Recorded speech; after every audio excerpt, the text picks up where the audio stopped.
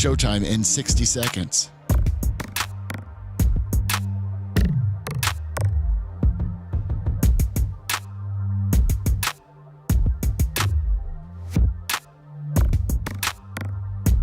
"45 seconds.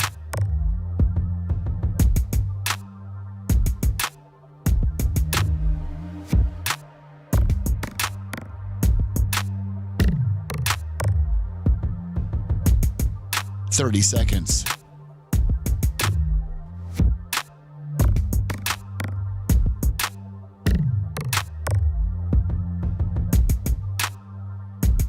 The show will start in 15 seconds, and this is your last audible warning.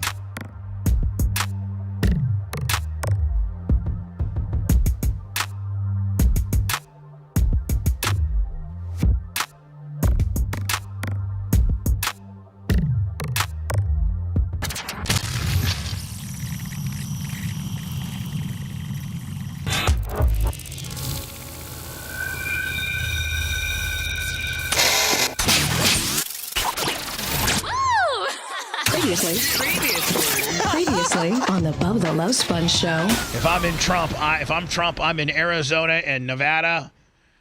Those are the only 5 states I go to.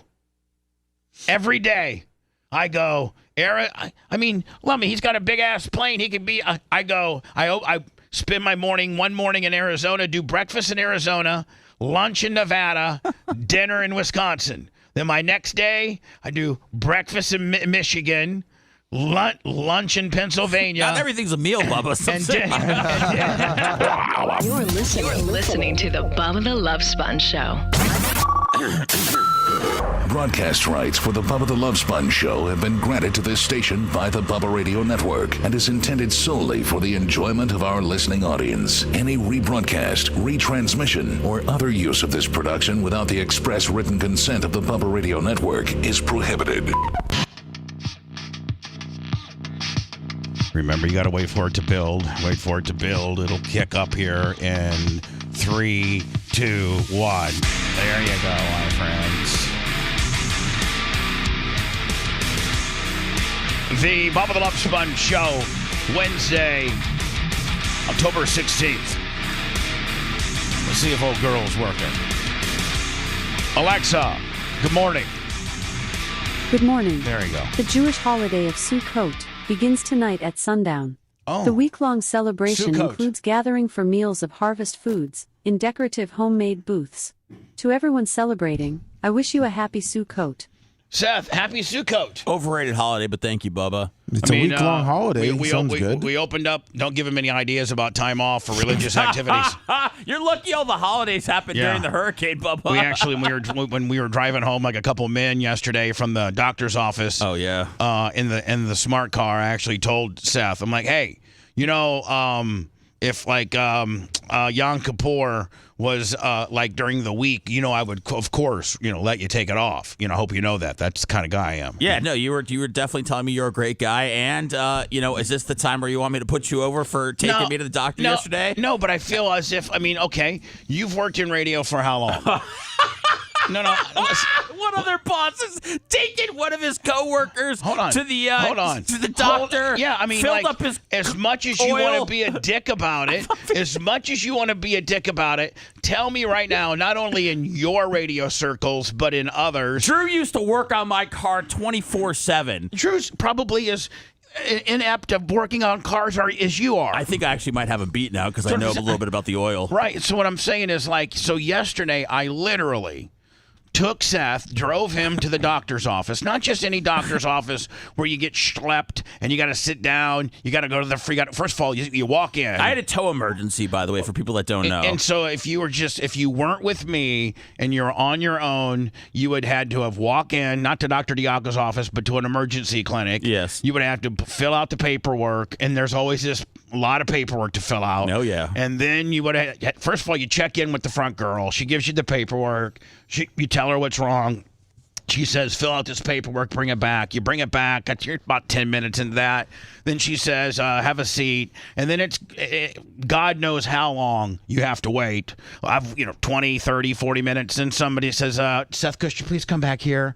So you go back to an examining room. You sit there for another 10 minutes. Then some, resident guy that's, in his third year of medical school, because that's the convenience clinics don't get, really, really, really, they get the guys that are in, not even really doctors yet. But I know why. Hold on, and then they, they don't get this. Let me remember when. Well, I took you to Dr. Diaco's office. Yes. This is how it went. We parked in the parking lot. We walked in the front door. But I didn't even acknowledge the woman at the front. I made a hard left. I saw the woman who runs the entire show, Naba, nice ass, bad attitude, Jen. I go, which room do you want me in? She says the surgery one. I forgot where that was. She took me there. We sat there. Dan was taking a nap. I told her, don't wake up Dan for another 10 minutes because I'd like to hit the laughing gas for 10 minutes. She's like, you're a degenerate. You can't do that. I thought that was a joke, Bubba, but you really, and when you kept, I didn't know what you were talking about yesterday. You're like, I'm going to bring my own rig and I'm going to get the laughing gas. And I actually thought you were just joking, but you got in there yesterday and hooked up the laughing gas like you went to college for it, and you were sucking that thing down like you were going to try to find the that Titanic wreckage. Before Seth had his shoe off, I already had the laughing gas unit on and was commensinating to suck like I was diving 1,400 feet to find the remains of the Titanic. It looked like Bubba was like a father that returned home from war and was seeing his kid for the first time. Like that's what Bubba was like gravitating towards the funny gas. And so at this point, there's no paperwork. Nope. There's no filling nothing out. We're immediately in the room. I'm on the laughing gas. Dan comes I tell her, because Dan takes a little bit of a nap. I said, let Dan nap 5 more minutes. Gives us some time. Quite frankly, gives me a little more time on the bottle. Sure does. And so next thing you know, Dan comes walking in. Seth takes his shoe off. And then they told me to get the laughing gas. And then I refused to suck from Bubba's rig, so they gave me my own. So I go, Seth, take a hit. Use my rig. And Seth's like, I know you use my rig. So Jen, who's gonna use your rig, man? Lummy would. Oh yeah, I drink after Lummy, please. You don't see us having any cold sores on our Nope. lips. Well, I do have herpes simplex too, Bubba. So okay, well, I don't have that. Okay. So anyway, that's why I took my mouthpiece and was going to have you go right from the straight tube. Well, I know, but they gave me my own. It was a little more sanitary, and I didn't know that I needed laughing gas. But until you got laughing gas, and then you're like, oh my God, laughing gas is great. Don't try to take a shiz on laughing gas. No, I like it. I prefer weed. It takes the edge. Of course you prefer weed, but you can't smoke a joint at the doctor's office. Well, doctor, I was smoking it. I was treating it like it was weed, and I was blowing it out. And Dr. Dan's like, no, treat it like you're scuba diving. Yeah, and I go, I've never been scuba diving. Because it doesn't have, because when you're on. Do I look like an underwater guy? You don't hit it. You don't hit it and then take the mouthpiece away and exhale. You exhale into the mouthpiece. It's got a bypass valve. I'm not a professional. And what you really you almost try to hyperventilate on the deal, and that means it'll get you toasted. So Seth, I get him on the laughing gas, and Seth's like, because he puts nothing over. He's like, wow, this laughing gas is pretty fun. I go, yeah. Then Dr. Dan goes to commencing to jabbing a needle. Listen, I've called Seth a pussy probably 5,000 times since I've met him. Puss boy, F boy, soft as butter, like everything. He took this 18-gauge needle to the bottom of his toe like a champion. I mean, like a pimp. I'm like, whoa. Anyway, I videotaped it all. It's that's disturbing footage, Bubba, isn't it? I mean, people want to see. People want to see this. You mean like just people on the internet or people in the Bubba Harvey? Do you know what? Hold on. Let me just tell you this. Do you know what the best? Rhett will tell you. We don't get paid for it because I guess it's. Oh no. But Rhett, I'm gonna turn your microphone on. What is the all-time most viewed video in our YouTube world? Which mom's button? Yes, my mom's blackhead pus-filled button. has like 5, 6, 7 million views. Now, of course, we can't monetize it because it's objectionable.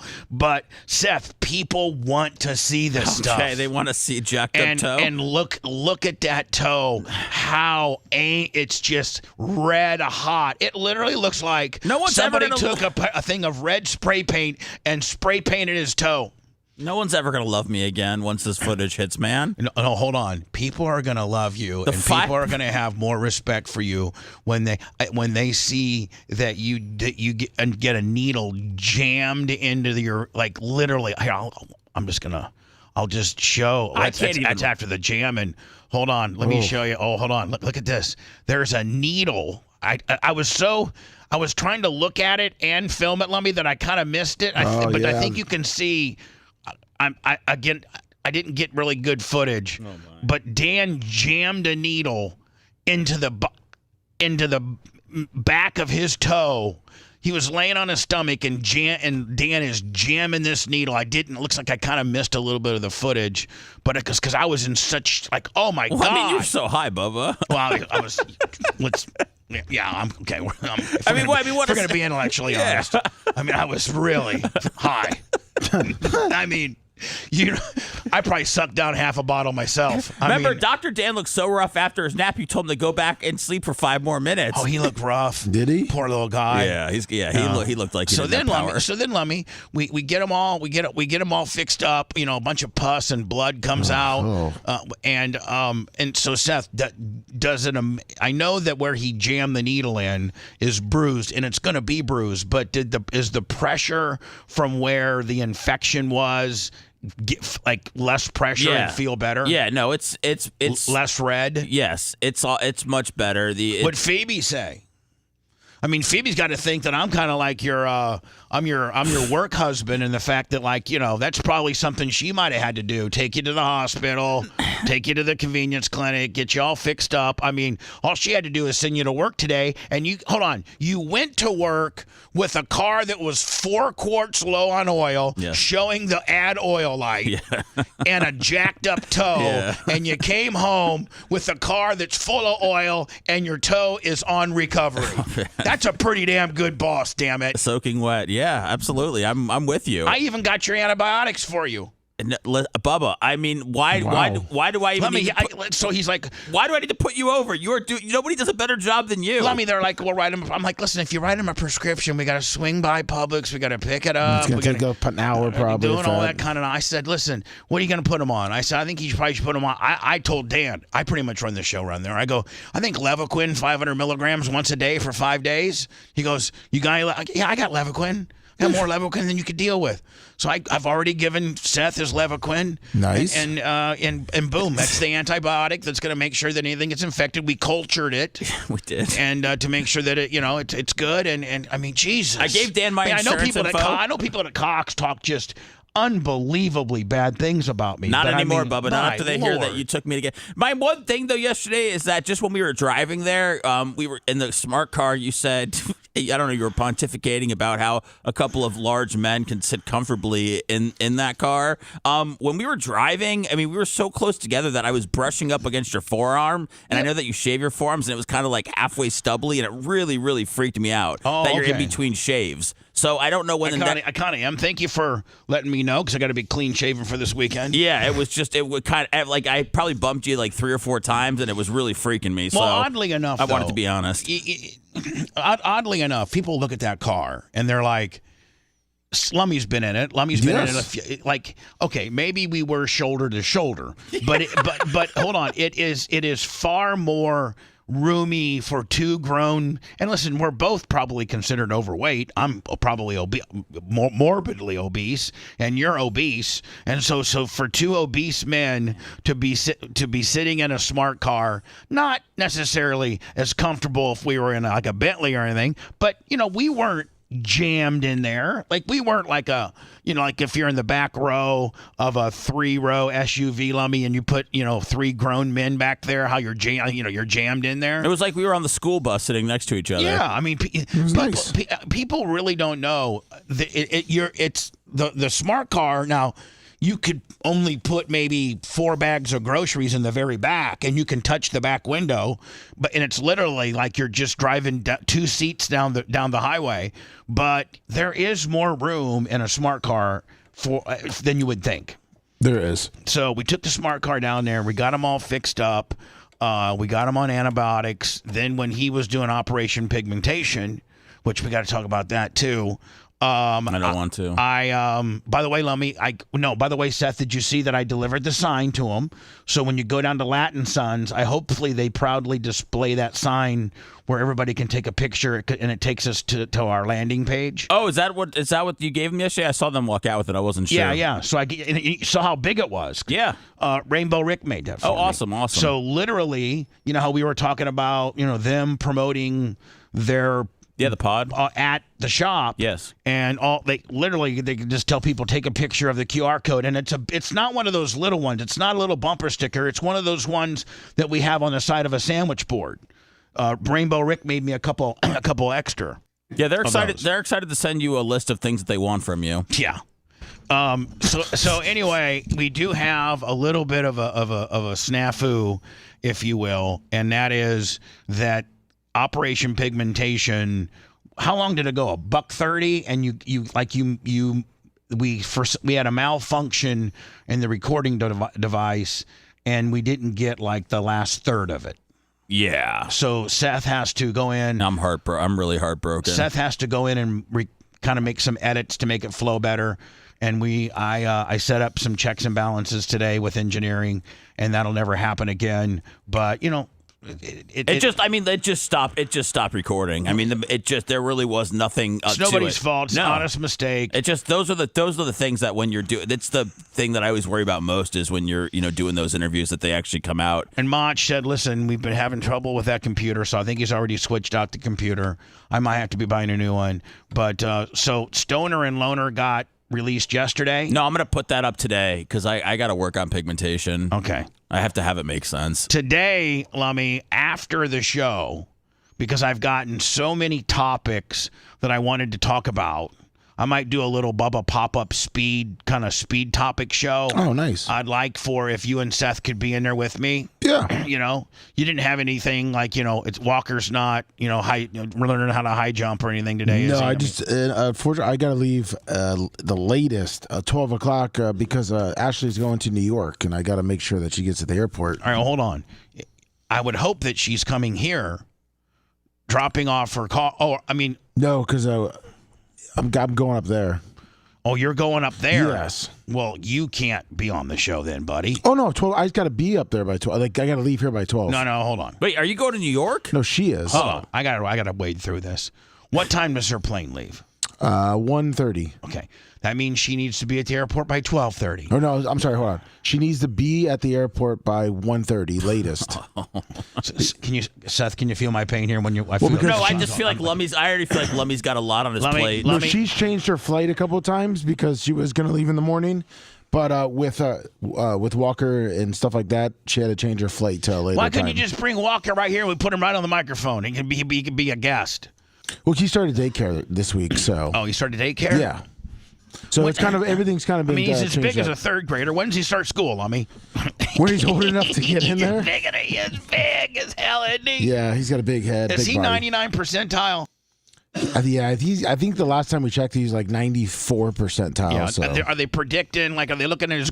Can't they say that you can look at a kid's growth plates at 2 and determine how tall they're going to be? Something like that. Yeah, they said. And he's past 2. Yeah, he said that last time he was going to be. They could tell us he was going to be over 6 foot. Oh, I think he's going to smoke 6 foot. Oh, I think so too. I think he's going to be 6 foot by 5th grade. Yeah, he already looks like a 5-year-old.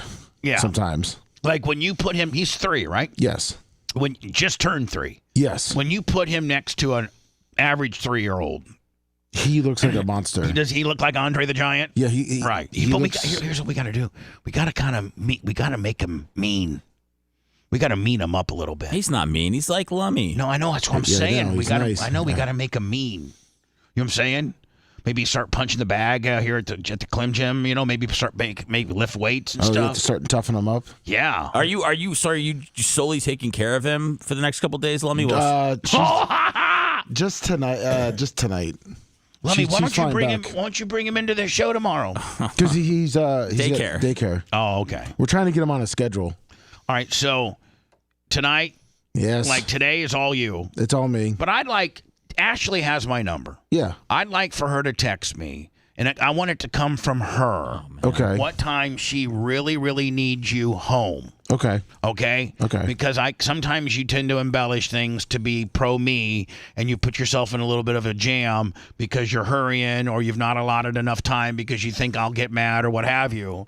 And for situations like this, I'd like to hear. She's probably watching the show or listening to the show. So, Ashley, She might be sleeping. Yeah, I don't know if she's getting up at 6 to yeah, it's true. hear the story about my foot. Yeah, true. I don't think any of our significant others. I know the Merch Crick doesn't get up till about 7, unless she has a big.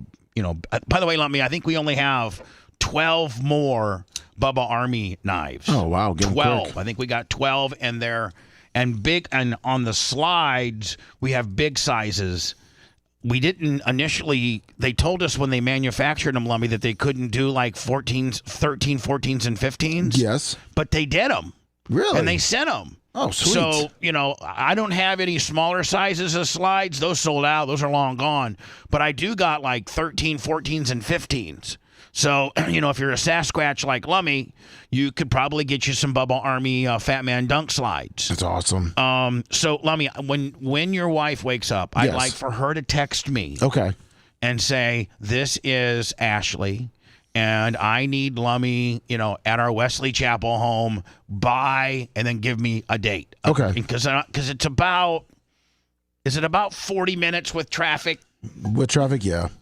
So can we call it 45? Let's call it 45 minutes. Okay. So if you have to be there, if you have to be in Wesley Chapel by noon, that means you need to leave here at 11:15.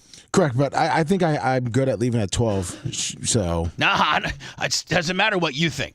Are you nervous about having Walker by yourself? yeah, because then it goes next week, which I was going to ask Bubba if it's okay if Ashley parks her car here one day next week. She can. Listen, anybody who works here. Okay. If Rhett's mom was flying out and yes. The answer is yes. Okay. But it sounds like Lum Lum's going to be having a lot of time with Walker coming up here. Family members, like, I let Aaron from Average Joe, Yeah. family members, friends of the show, Big Red Park's here. Like, if you're flying out of Tampa and you're a friend of the show, Okay. we'll put you right over there by the, in the corner over there. That's where I prefer where Seth parked for the storm? Yes. Over there. Okay. And that way all of our parking spots, don't get messed up. And I don't even want you take your keys. But it literally is an $8, maybe a $9 Uber ride from the studios right to the gate. And then when you come home, it's another $9. So you got call it $20. You got $20, and I guarantee you that our lot is just as secure as, and you don't have to get on listen, Lummy, if you park long-term parking at Tampa International, you got to get on a shuttle and go up about 15 minutes or so, 4 or 5 different stops on this shuttle. It's like crossing the Sahara, Bubba. It sucks. Yeah. And then you got to go to the parking garage, and you got to get on an elevator, find out what floor you're on, and then you got to go down and pay your deal. Might as well just ride a horse. You might as well just park here and ride an Uber. It's so much easier. And so, yes, Lummy. Thank you. By all means, but I'd like for her to text me today and let me know what time. And the number that she gives me is the time that she needs you at the house. Okay.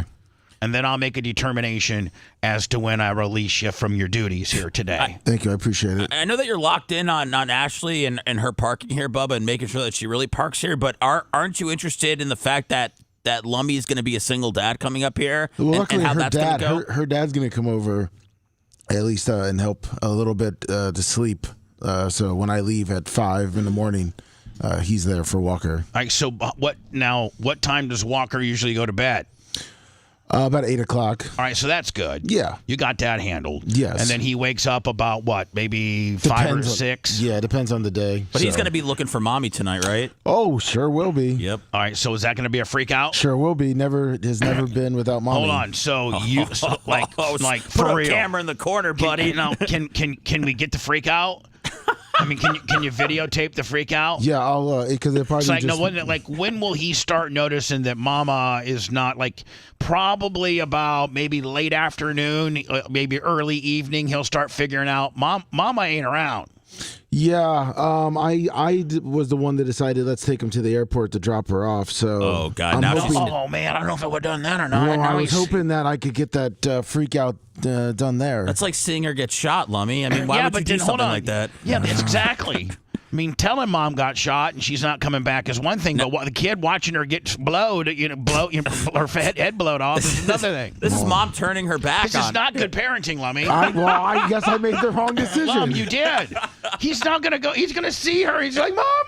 Yeah, I he's know. gonna see her walk through those gates, and then you're gonna whisk away, and he's gonna be like, he's rather than have anxiety for a few hours tonight before he goes to bed, he's gonna have an entire day full of anxiety. I figured to just rip the Band-Aid off would be better. Lummy, I love you, man, and I had some freakouts when Phoebe actually went to New York, and I And couldn't. little Sammy. I couldn't put Sam in her car seat. She was in the phase where she didn't want to go in, so I drove home with her on my lap, and then I told Phoebe, and she was absolutely destroyed me for it because I guess you're not supposed to do that with No, like. that's you know what that is? It's that's child endangerment. Okay, listen, man. So No, what I'm saying. I Like, know. If a cop would pull you over, We need women. We need moms. I can't do Yes. it on my own. Lummy can't do it on his No. own. Look at the decisions he's making already, Bubba. I know what I'm saying is like you don't even realize how big a ticket you could have got. You could have got thrown in jail It for was that. my daughter could have gone through the windshield. I wasn't worried about a ticket. I'm just saying, no, she can't go through a windshield when you put her in her car seat. Well, when she doesn't want to go in, she stiffens up. Was she like a wild cat trying to get her in there? It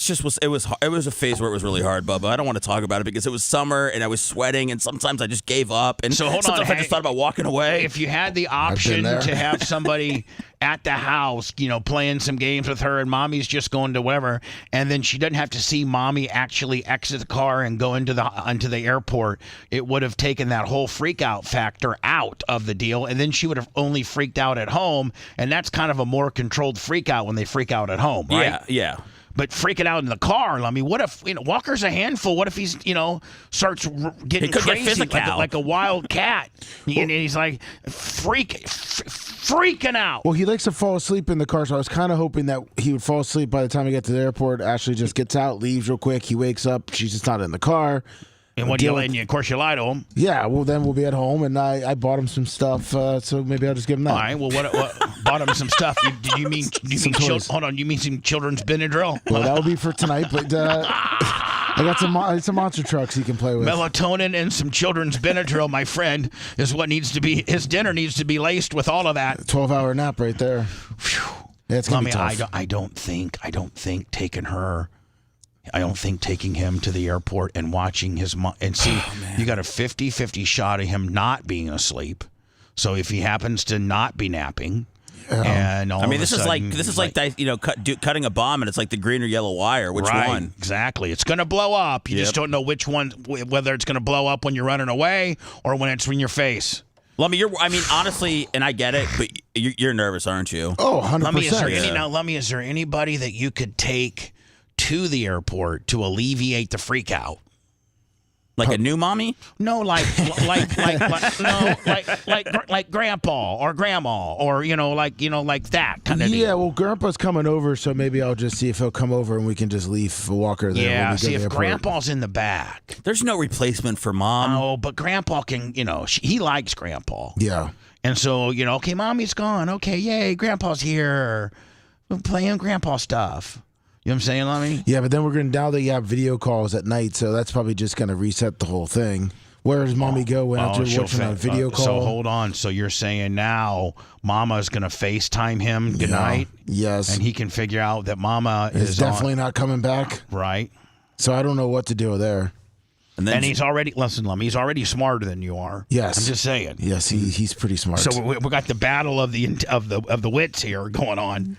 So Lummy, again, have your wife text me the time she needs you at your Wesley Chapel mansion. Okay. And I'll release you at the appropriate time.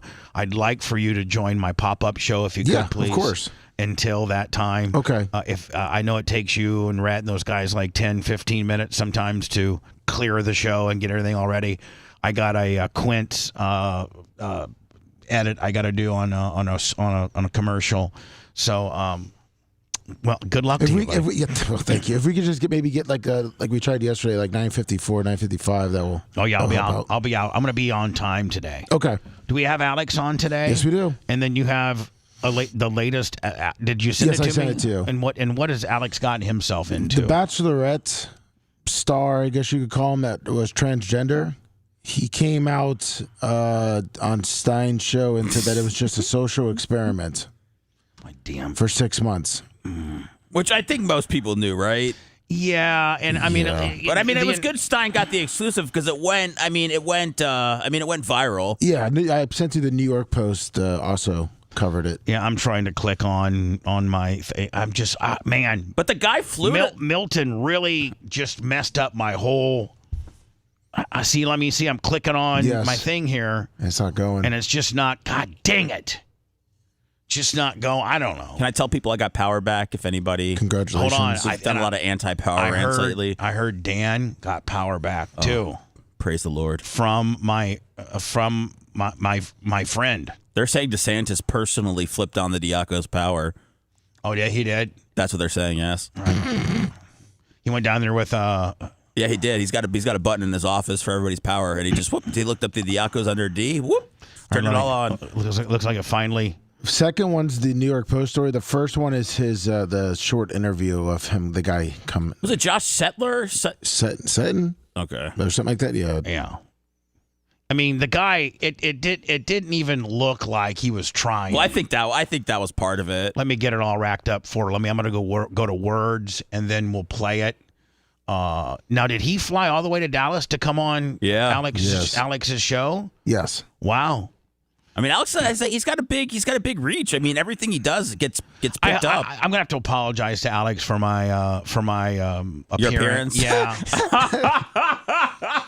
that appearance, Lummy, was under heavy duress. I mean, yes, it was the night of the hurricane. I mean, it was 7:00 on the night that we had 100. I mean, it was, what time did it hit? It hit about midnight. Bubba, no excuses. You take it like a man and you say that you looked like Slimer.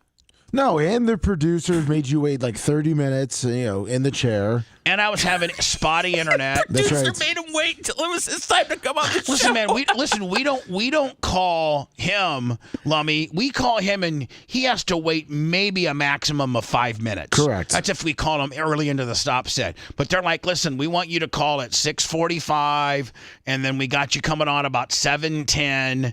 And I'm like, well, what am I gonna do for 20 minutes? I'll tell you what I'm going to do. I'm going to go sit in the massage chair that I got comfy in it and let my guard down. That's right. So, I mean, I made a mistake. Does that hurt me on other appearances? No, just tell me you need another shot immediately. Okay, perfect. I'd like to do another shot, Lummy, like where I was able to do it right here from my broadcast position, like I do with him, like perfect. My spot that I'm used to. Look professional. Yeah. Not look like a pilled out, cross-eyed Slimer. If you liked that segment, then you'll definitely like the new redesigned BubbaArmyHQ.com. We'll be back to the Bubba the Love Sponge show after this.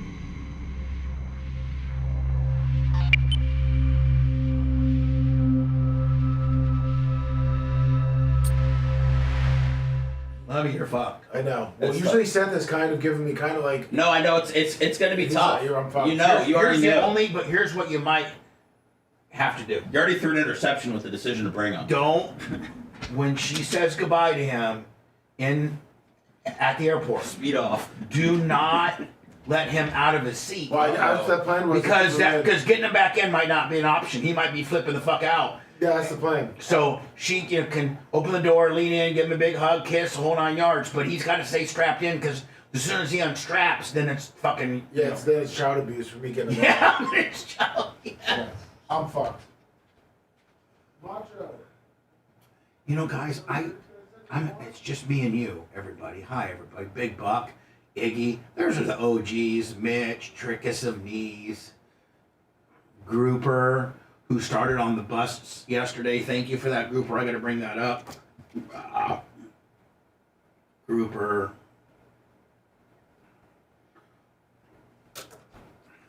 $843. Bobby Cook. You know, Bob, I gotta think one of these days I gotta reseal my upstairs, my roof. I think I gotta reseal my roof. Really do. And Bob, do you think I should I tape the seams, then roll that roof cover material over that? Or do I just put another coat of roof coating material over the existing? It's about 3 years old. So I'm watching you, Bob. What would you do? Would you tape, then coat, or would you just recoat? Hi, Iggy. I love the screen name We Totted. I'll get a system for you. Well, Bob, I mean, we're gonna have to probably talk about this. Thank you for admitting that you looked like a pilled out, cross-eyed Slimer. It looked bad, Bubba. All right, stay off my Goldwing Todd. I gotcha. Don't get too fucking stiff with me, because fucking Iggy will absolutely fucking do bad things to your account. Okay, that's my hitman. Iggy is my hitman. He does all my dirty work. I sometimes have to call him privately and say, Iggy, I need this, and this done to these people. T-shirt will 100 bits. T-shirt will 6 to 7 months. So Bob, tape and coat, or just coat? Or you got a system that you don't like to talk about? Morning, Wayne. PayPal, Venmo, Cash App. I'm monitoring PayPal. Pedro. Let me see here. If you send us your FEMA check, we'll send you a free Bubba Army knife. Autographed. Dan's gonna get a FEMA check. One of my favorite screen names is Retarded. What's up, Buzzy? That's one of my favorite screen names. It's clever and we get you. Hey, Rich. Dog Guru. Retarded. I gotta sign on to PayPal. Oh, actually, I meant to tell you. I think because Dan didn't pull out a nail, I think I just was infected. But I was gonna say, if your nail lady did what Dan did, they'd have to shut the whole salon down. Oh yeah, I mean you need to have a medical facility to be able. Yeah, to, yeah. I mean, you gotta have a medical facility to be able to do the procedure you got yesterday. That isn't, you know. Well, she was saying like her pedicurist gets her sometimes, and I was like, yeah, this was not. Your pedicurist ain't bringing an 18 gauge needle and jamming it into the backside. Well, no, I'm saying, I mean, a bunch of people would have run out. I think if you're getting a pedicure and an 18-inch needle comes. Yeah, yeah, with a 17 blade fucking scalpel and a wraparound gauze willy. Yeah, I mean, come on. Oh, I'm getting lightheaded just thinking about it. I wish we had that laughing gas right here. We could just hit all the time.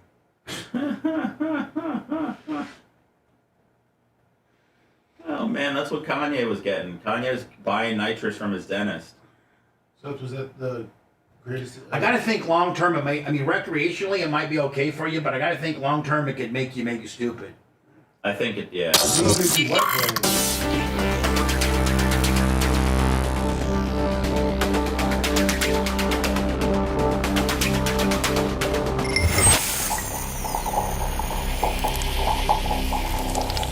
Broadcasting live from the Aquabeto studios. Aquabeto.com, promo code BUBBA. It's the Bubba the Love Sponge show.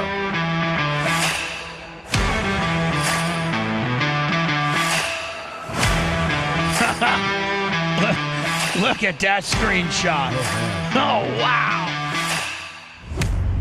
Sethy got his infected toenail taken care of yesterday at Dr. Dan Diaco. And isn't it true, Seth? We actually were pulling out of the parking lot, and Seth in my smart car as I'm taking care of my work husband, and I said, and Seth said out of nowhere, it is true that Dan's a dick until you need him. He really is. Dan's a dick until you need him. Yeah, no, it's no. He was he took great care of me yesterday. He jumped right in. Look at that hot mess. And Jen was awesome too. Oh, she runs the entire operation. Yeah, but it was great because she just wasn't she has no time for your nonsense. And there she is. I've never seen anybody face you the way that she does. Oh yeah, she just is because you're nothing's positive out of her mouth. She hates me. She likes me, but she hates me. And it's not even like a flirty thing where it's like I hate you, like pulling your hair. It's like I think she legitimately might hate you deep down inside. Sorry, was that too much? Sorry. No, but she's beautiful. She is so hot. So you said something about hey, she said oh, I lost my ass or something. You're like, well, why don't you go do some squats? She goes, because I'm not trying to live my life for you. So anyway, Rat is in the middle of making that video. And we'll have it probably up sometime today. Sorry, Red. Seth, ingrown toe. Which does just the pressure feel better of it not being? No, it feels, dude. It's. Don't forget a hot salt soak, then then you dry it, and then you put on your Silvadene, and then you wrap it. And then you take your 500 milligram Levaquin a day. Okay, buddy? Yes, doctor. Yes. Was that the greatest doctor experience you've ever had in your life? Me? Yes. It's probably the easiest as far as walking in, getting a procedure done, and then walking right past the cashier. And it probably wasn't the most pleasant because it was pretty aggressive, but it had to be the easiest. Yeah, Dan's. My first time around, I did some blood work, and I got it done at Dan's a couple of times. Where I didn't have to go sit to Quest Diagnostics and all that. So I've had a couple of backdoor procedures before, but this was definitely the first full on one. And I mean, yeah, it's definitely a perk of working here. Alex Stein today at 9:15 on his show last night, which is on the Blaze TV. Now, Lummy, is it on Blaze TV, the channel, or is it just on the internet portion of Blaze TV? I'm not 100% sure on that. I've only watched it on his YouTube channel. Yeah, I think it's always on that. Yes. Right. That's the only place I've ever watched it. I probably need to get a clarification from Alex. You guys told me it was a real TV channel. Oh, Blaze it is but not, I don't think 5 nights a week. I think it's 3. And I don't think every single show is on there. Yeah. Well, we got to get Stein on 5 nights a week. Yeah. So anyway, former Bachelor star claims that he pretended to be transgender as a social experiment. Expose how gullible and delusional the left is. No, don't put the last part in there. Just put the first part in there. You did it for clicks. Period. Don't try to make it a right or left thing. No, but he's been very, very embraced, by the right because of this. And I think, Bubba, we talked about it. That's the way to go. I mean, you got to get embraced by one party or the other, and that's how you make your money. Well, no, hold on. He hasn't been embraced by the right. I think he's been embraced by the left. No, he's being embraced by the right he was on Stein's show for clowning it? Yeah. All right. Yeah. What I'm saying is he wasn't embraced by the right when he was actually trying to do it. He's been embraced by the right now that he's saying, haha, it was just a joke. I think most people knew that he wasn't serious, but I'm not sure. I didn't have many discussions with anybody, so I could be wrong. I mean, I think he looked hideous, quite frankly. Now, there's people that are trying. Listen, there are legitimate people that are transitioning, that are taking it seriously, and it's truly. My belief is, after the age of 18, you have the right to do whatever you want with your body. You have the right. I even would take it as far, and I know this is illegal, but from abortion to assisted suicide. Oh my God! I think you have the right to do what you want with your body. Now, the last part of what I said, the assisted suicide, that's a little fringe, but you're a libertarian, Yeah, I mean, and so there are. when this guy was the former, he was on The Bachelorette, right? Yes, he was, yeah. one of like 30 dudes that were competing for this one chick, and he didn't win or nothing. He was just on it. I think he got to the finals.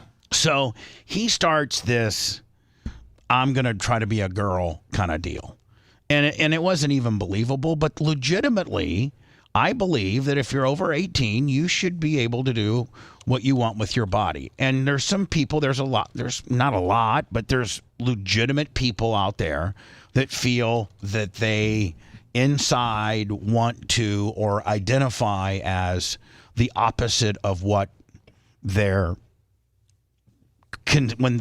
they were born as. I wasn't going to say what your God-given gender identity was because some people don't believe in God. But so did this I'm guy just saying, well, however you were born, whether you had a wiener or you had a vagina, when after 18, if you want to change that, have at it. I have no problems. I don't think the government should be involved. I see these ads, and I don't know. They have to be true because they said paid for and approved by Donald Trump, but like, I don't think that prisoners should be able to have transitioning surgeries at the expense of taxpayers. I think that is hideous. Yeah. I mean, listen, prison is all about taking your rights away. And so when you're in prison, you don't have any rights. I mean, well, you have some, but you don't have a lot. You don't have your Second Amendment right. You don't have your Fourth Amendment right. You've done something for them to incarcerate you, and so you just can't go to the grocery store. You can't go to you're in prison. So if you're in prison, we can't be giving you because you are a guy and you want to. And listen, some of the prisoners, in my opinion, are doing it so that they can go over and be a girl and go to the girls' prison. I mean, I might even think about doing it. If I was going to a guy's prison, I'd be like, man, I'm nearly a 60-year-old man going to a guy's prison. What if they're gonna? I'm not very tough by 60-year-old going to prison standards. I'm gonna be somebody's bitch. They're gonna rape me. I'm scared. I'm gonna become a female. So I just say, hey, I want to become a female, and I'd be tough as hell over there as a female. You sure would be. Unless I get a Brittany Griner on me. But I'm just saying, I'd be like, and then at the end of the day, that's who I'm really attracted to. So I'm getting to be, You get to shower with some babes. I'm getting to, yeah. I mean, there's some good-looking girls in prison. Not a lot. No. But there's some. Bubba, I don't really think Start scissoring with her at night. it might be a fringe thing, but Well, you're saying to go the whole way and chop it off? No. Okay. I mean, well, I think you got to in order to be able to go to the girls' prison. I think you gotta chop off your wiener. Oh. Man, that's a real big leap of faith, chopping that ween off. Whew. do you think anybody's real passionate about prisoners getting sex changes? Well, I mean, Kamala Harris wants to say that, she believes that the state or that, prisoners should be allowed to do that. And the state pay for it, or the government pay for it, and I'm like, no way. Listen, I don't care if you're Republican or Democrat, just common sense. We should only be paying for life-saving procedures. Yeah, I mean, if you're in prison and you have a heart attack, well, we need to take care of it. If you're in prison, a lot of times, prisoners will go in with bad teeth, and they'll they'll fix their teeth. Yes. I don't even believe in that. You should come in. You know what? When you go to prison, when you walk out of prison, you got the same teeth that you walked in with. We're not going to all of a sudden give you some Invisaligns, and you get all these new Steve Harveys, and you look like $1 million. Where are you seeing this happen? Where there's a bunch of... they do, man. For real. I didn't know that was a thing. Coming out of prison with fresh teeth. Yeah, you could. I've heard, and somebody fact check me. All you haters out there, fact check me, but I think that you get dental care, and part of that is like if you got jacked up teeth, they might, give you some new Steve Harveys. If I was in jail, I'd be getting everything fixed. Yeah, they get dental care. Yeah, there you go, dental care. You walk in with some really crooked, like a picket fence. You could eat corn through a picket fence, set of choppers. Next thing you know, you walk out looking like full-blown Steve Harvey.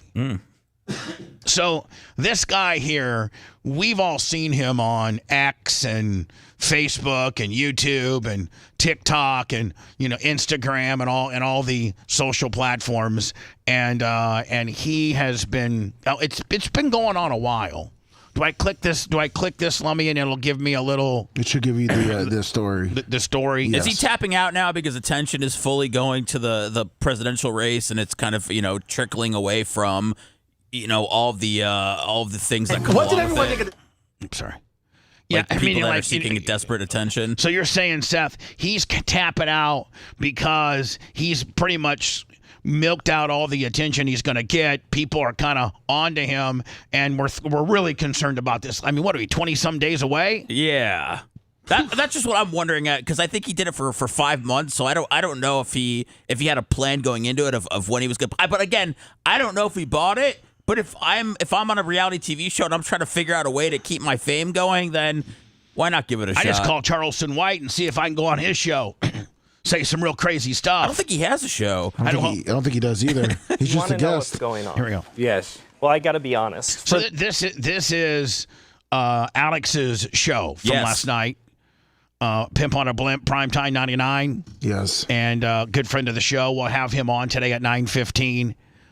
This guy name is it Josh Sitter? Sider, yeah. Bachelorette star Josh Sider reveals becoming trans as a social experiment, which at the end of the day, this clown job here, it really takes away from the very small percentage of people that are truly trying to do this and it not be a joke or for clicks or for anything like that. In fact, I know of somebody whose daughter has transitioned into a guy. And it's not anything to do with social media or anything to do with anything other than that's what he feels he identifies as. And it started when he was 18, when he was 18, and she has become a he. And the mom and dad support it, and it's a very, very normal family. But he's doing it for, I don't know if you do it for the right reasons or not, but he's doing it for the reasons that he feels inside that he feels he needs to do to complete his identity. Not for, X amount of clicks on Instagram or to be on the Alex Stein show. Let me see, You're clicking away. I'm clicking. It's for the last 5 months I've been... Probably from the 9,000 windows I have open. That I'm trying. That's why I'm doing the pop-up show today, to clear out some of that nonsense. Okay, perfect. Conducting a social experiment online to expose how gullible and how delusional the left is.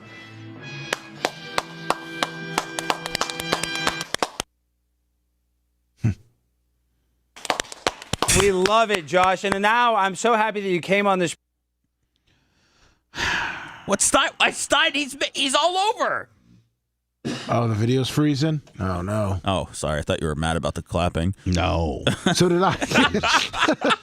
I saw the circle. I don't know if we got some water in the internet line or what, but... Well, a lot of people have had problems with the internet from the story. But we got internet and then a backup, to a high-speed backup. Get me Verizon on the phone right now. Mach, are we just... Is it my computer? Is it that we're having problems overall in the building? Did we get zapped? Is it just what, buddy? We're not having any issues back here, so I think it's your computer. Oh. And I just got a new one, didn't I? Yes. It might be the 1, 2, 3, 4, 5, 6, 7, 8, 9, 10, 11, 12, 13, 14, 15, 16, 17, 18, 19, 20, 21, 22, 23, 24, 25, 26, 27, 28, 29, 30, 31, 32, 33, 34, 35, 36, 37, 38, 39, 40, Program, 41. You're so gracious to fly. 42, 43, 44, 45. Is it maybe from the 46 windows I have open? And we probably need to restart, and there's an update pending, so yeah. Okay. All the way here from Chicago to... Well, see, the good thing about this is when I finally get through this article here in about 14 seconds, I will be able to X out of it. And come speak with us and talk about how insane the world... Get to 42. Bless the rain. We're almost there. Africa. Okay. You know what? When all else fails on me, you know what you do? You go right to the phone lines is what you do. That's what a professional radio host would do. That's First Day 101 Radio School. Hello. Hey, Bubba. Yes, sir. I was a prison dentist at one point. Oh, you worked at a prison dentist? I was a prison dentist, yes, sir. Oh, so no, hold on. You were the dentist at the prison. That's exactly right, up in the panhandle of Florida. Now, were you a dentist before you went to prison, or you just became one once you got to prison? You read a few books, and they said, yeah, you can start pulling molars. Like how to, or were you a accomplished dentist that got in trouble and got sent to prison, and they're like, hey, you're a dentist in the real world. Let's have you be a dentist in here. Sure. No, I wasn't sentenced to prison. I actually went to dental school and played by the rules, and I got a job as a prison dentist. Oh, so you were like, hey, I mean, I can go out and try to start my own practice, which I got to think like right out of dental school, unless you folded yourself into an existing practice, just to go ahead and, open up a brick and mortar, and all the equipment and all that kind of stuff, and you don't have any existing patients, that's got to be tough sledding. I mean, and because people are really, really loyal to their dentist, and they don't usually change dentists. And so you're like, hey, this will be good experience, and it probably paid pretty decently, did it? Yeah, there's that. My situation was a little different. My wife is actually a dentist in the Air Force, so we've traveled around quite a bit, and so it becomes one of those things where you kind of sometimes have to take jobs that you wouldn't normally take because it's hard to get involved in a private practice when you move around so much. Yeah. So since your wife was in the military, which requires you to move around a lot, and she was a dentist there, when you would go into a city, you guys kind of had to get what you could find, whether it was maybe folding into another dentist office, or in this case doing it at a prison because your wife moves around so much, so you can't really establish your own practice because of the move around factor. You got it, absolutely. So hold on, do you work on your wife's teeth and she works on your teeth? I haven't worked on her teeth in a while. She does a pretty good job. So hold on, she does a good job working on her own teeth? No, she does a good job keeping her teeth clean. She doesn't really have too many cavities, so we're good there. That's let me tell you something. That's the first thing. Listen, I am fat, and I'm getting old, and probably a lot of other flaws as well. But I have good teeth. I don't know if you ever noticed, but I got good teeth. My parents always took me to the dentist, at least once a year, mostly twice a year. I never had braces. I was always fortunate enough to have straight teeth, but I got a pretty strong teeth game. I don't know if you've ever noticed or not. No, I haven't, but I've been a long time listener. And in fact, when I worked I worked in the prison in Crestview. That was years ago, but I listened to you all the time on the way to work. And so I grew up in the Tampa Bay area, and I've been a long-time listener. So let's talk about what I was talking about. Do prisoners get free dental care, or is it just like free dental care based on what they really, really, truly need, or can they carte blanche go in there and get cleanings twice a year and get a filling or a cap or a crown? How does the rules of prison dentistry work? Sure. So every state's different, but at least when I worked here in Florida, inmates were yes, they were entitled to dental care, but nothing on the cosmetic side. So in the 3 years I worked in this particular prison, I didn't do any crowns. It was mostly just fillings, extractions. We call it disease control. So definitely we would take care of them if they were having a toothache or if they had cavities and things like that. But what about over the top? What about like cleanings? Did they get a couple cleanings a year? Yep, they get they can sign up for what we called comprehensive care, and they would get cleanings and routine exams and things like that. Yeah, but it's not at least in Florida. Other states may be different, but in Florida, they got routine dental care, nothing like Invisalign or anything cosmetic. What about like if a guy was, I know that they have commissary and stuff, and maybe microwave popcorn is something that they can get. What if horrible for the teeth, Bubba. Yeah, I know. It's what I'm saying. So what if a guy bites into a kernel? He chips one of his back molar willies. I mean, what that point are you? That usually requires a crown. Does that? Would he be able to get a crown, or are you just going to say, hey, you got to have to deal with the chipped tooth? Yeah, a lot of times it would be that they had to deal with it. It kind of depends. It's a case-by-case scenario. So, obviously if they're having pain with it, we can do some treatment to help, with any sort of sensitivity. But as far as major reconstructive work, no, that wasn't something that was provided. Now, did you see a lot of jacked up grills? I mean, because prisoners probably aren't the most responsible people in the world, and so they probably weren't maybe up on their teeth care like the average guy. Listen, when you're responsible, you go to the dentist 2 times a year, you get your cleaning, you get any other ancillary stuff, maybe a little filling here, a little there.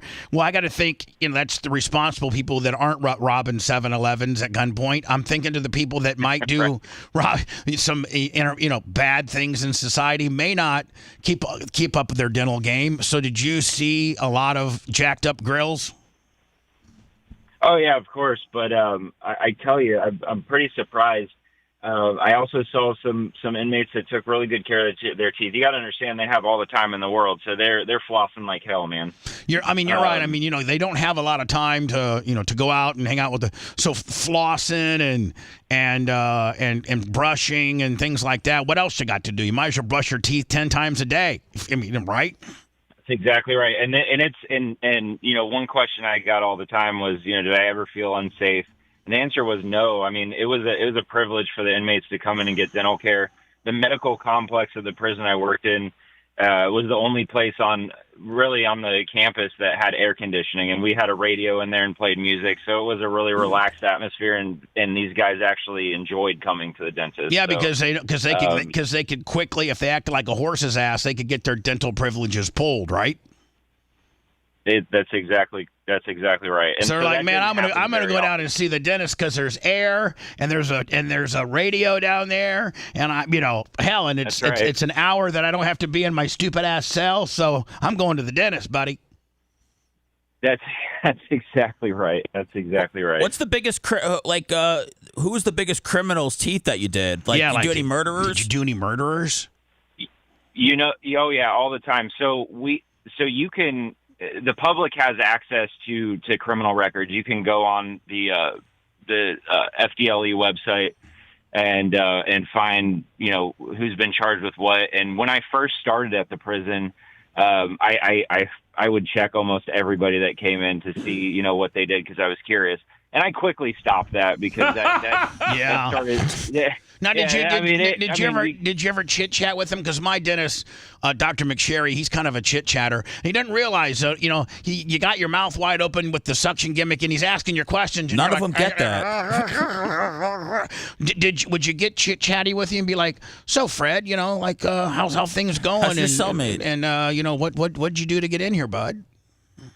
No, the rule number one is, you keep it strictly professional, and I really tried not to talk at all about my personal life. The less the guys know, the better. No, not about you and your hot wife and your children, but about them, getting to know about little things about them. Yeah, not really. I just kept it really about their dental needs, which I mean is something in the private world that if it can get rather exhausting all day talking with people and getting to know them. I mean, it's a good part of the job, but it's a lot. So in the prison, it's just, hey, we're. And at the end of the day, I didn't mean to interrupt you. And at the end of the day, they're all cons. I mean, let's be honest with you. They're all cons, and they see that syringe full of numbing that they'd love to have. I mean, so you probably got to keep a little bit of more of an eye on them as you would a regular consumer. Yeah, but again, it was such a privilege to go and be in the dental clinic, and they didn't fool around much. They were in there and they were very, very, very, very polite. In fact, I probably have a higher concentration of people that are difficult to deal with in private practice than I did in the prison. Now, did you ever get a guy in your chair and like all he did all day was lift weights, and he would look like Macho Man, our engineer, and he's just jacked up, and he looks like he could just snap you in half with one hand all the time. Oh yeah. How much now? I mean, hey, nobody knows If I had to be in the joint, I'd be working out a lot too. Yeah, for sure. Now, when you're in the joint, how much can you work out? I mean, a lot of joints have different rules, but the joint, the place that you were a dentist, like, could they go out in the yard and work out all day?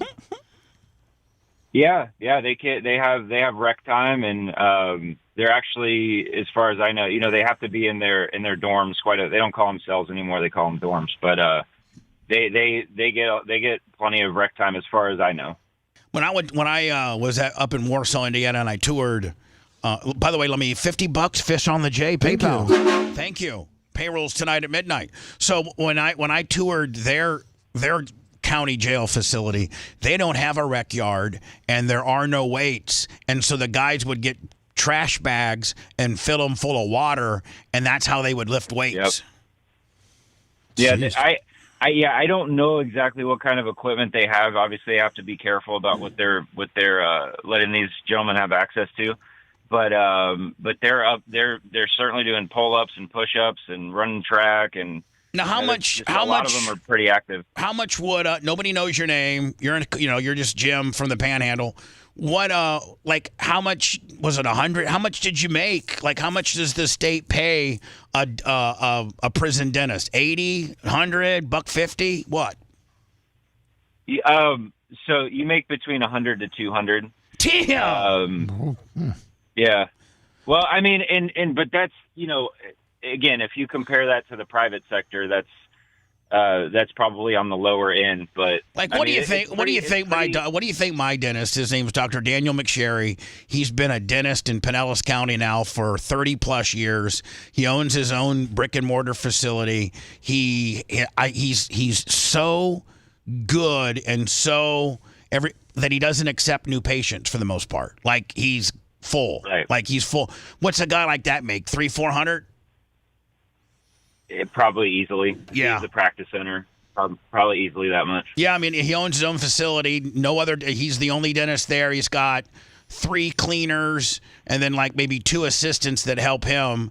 And then he's got a guy across the street that does all the crowns and I'm sorry, he does his own crowns, but the guy across the street, Dr. Broom, does all of his root canals and stuff like that. So he'll send them right across the street. Dr. Broom's the best. Are root canals? I didn't mean to get too down the road on dentistry, but are root canals? Most regular dentists don't like doing root canals. They'll sub those out, don't they? Yeah, it depends. I mean, that's the beauty of dentistry is you can kind of make your own practice your own and what you feel comfortable doing. So yeah, a lot of dentists I know, they'll send out root canals for sure. Is that a whole another specialty in itself? Like, you can be a good dentist but not so good at root canals? I tell you what, it is its own specialty. In fact, I just went to the Bucks-Eagles game a few weeks ago. Courtesy of the endodontist. The endodontist is the name of the specialist who does root canals. She, for me referring her patients, she got me me and another gentleman tickets to this Eagles game, and it was in the Hall of Fame Club. I don't know if you've seen a Bucks game from the Hall of Fame Club, but it is amazing. Well, they do really well, Bubba. Dr. Broom, you ever heard of him? He's great. He's a local guy over in Pinellas County. I have not. Yeah, you think all dentists know each other, Bubba? I think the dental community is smaller than you would think. They all kind of know each other a little bit. What does he do? Does he get offended when Dr. Dan calls him not a doctor then? Oh yeah, Dr. Dan. I think it's hilarious because he doesn't know what he's talking about, right? No, I think it's funny. I mean, I like self-deprecating humor, so I'll say that about myself in front of patients, and they think it's hilarious too. Right. So you got to have some humor about yourself. Hey, man, thank you for the intel. We appreciate you, my friend. More importantly, how do you listen? How do you get us? How do you get the show daily? How do you get it? I stream it on the Army website, Bubba Army website, BubbaArmyHQ.com. Yeah, Perfect. Yes, sir. Every day on the way to work. And we're continuing to add to that, and we found like a honey hole of some old, maybe some Power Pig stuff and some various things like that. So if you subscribe and you have access to that stuff, it's continuing. We're continuing to put more and more of that stuff up. So more importantly, man, appreciate you how long you've been listening, and thank you so much for calling in. I appreciate you, bud. Hey, thanks, Bubba. Have a good day. Thank you. See, there's so many people that don't have a screen name. That's right. That don't really participate in chat, or hate you, or the various hate forums. Thank you. Thanks, Seth. Yeah, That's no what problem. I was looking for.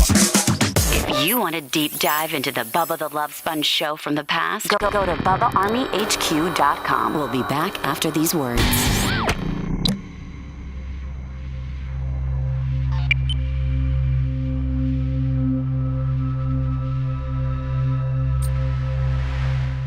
How don't practitioners know about the inside of your body? Yeah, I don't know. That's a trick. That would be a question for Dan, actually. I mean, if you throw a veterinarian in there, everybody's doing the vet, right? Oh, yeah. Yeah. Oh my God, I gotta shave my fucking beard off today. Itches. Why? It itches. Let me see it. You want me to give you a trim? No. Oh, fuck you. I'm done being nice to you. No, bitch. fuck off, man. My beard, my face. Let me. He's a fucking asshole. Fucking fixed his car.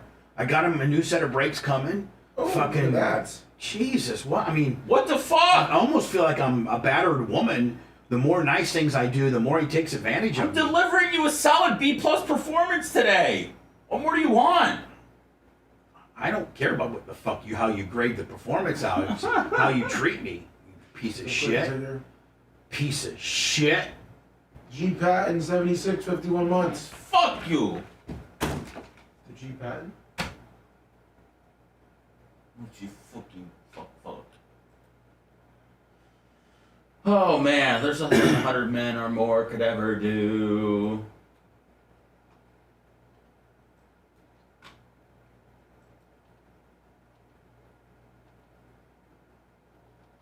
Man, Brett Bear's got a square ass head. He does.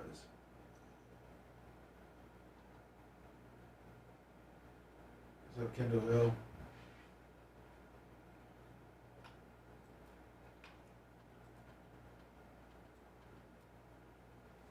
Oh man, they let Jimmy Carter vote finally. You think he knows what he was doing? No. They said he did. They said he just wanted to. All right, presidential. I wish I would have seen that last screen that was up. But that's politics. You can't talk about fucking politics. Even though you got the biggest biggest election in the history of the world coming up next. No, you just can't talk about sports. Oh, I'm gonna talk about both today. No sports. What up, quicker? Let me. You want to do the? I'm gonna do the DeSantis and the dog deal. Okay. The 71-year-old grandma. Oh yeah. And I gotta get the Kamala Harris, Joe Rogan deal. Quiet on the set.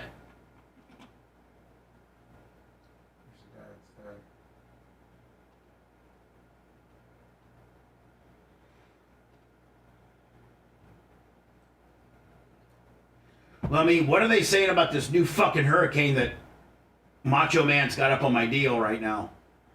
It's supposed to. Well, the weather people are saying it's not supposed to have any effects on the Florida, but the way it looks with the spaghetti models, it's going right to Cuba. The thing's butt fucking the Lesser Antilles right now. Fuck yeah. Is today Wednesday? Yes, sir.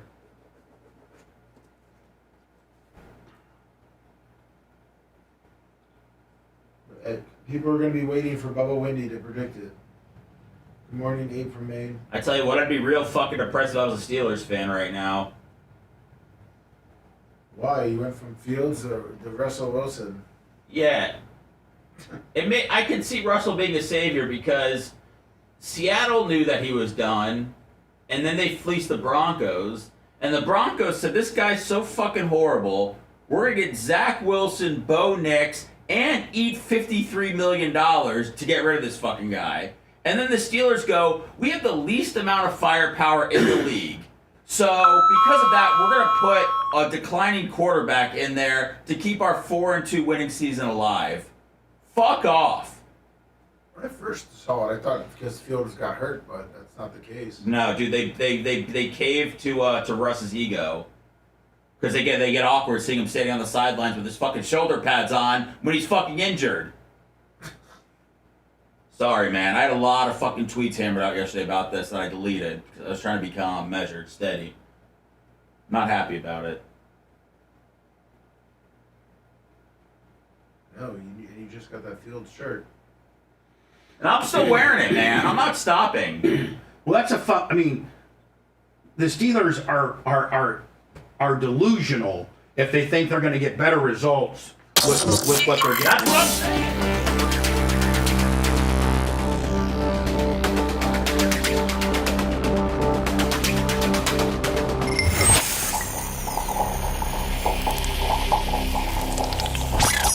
Broadcasting live from the Aquabedo studios. Aquabedo.com, promo code Bubba. It's the Bubba the Love Sponge Show.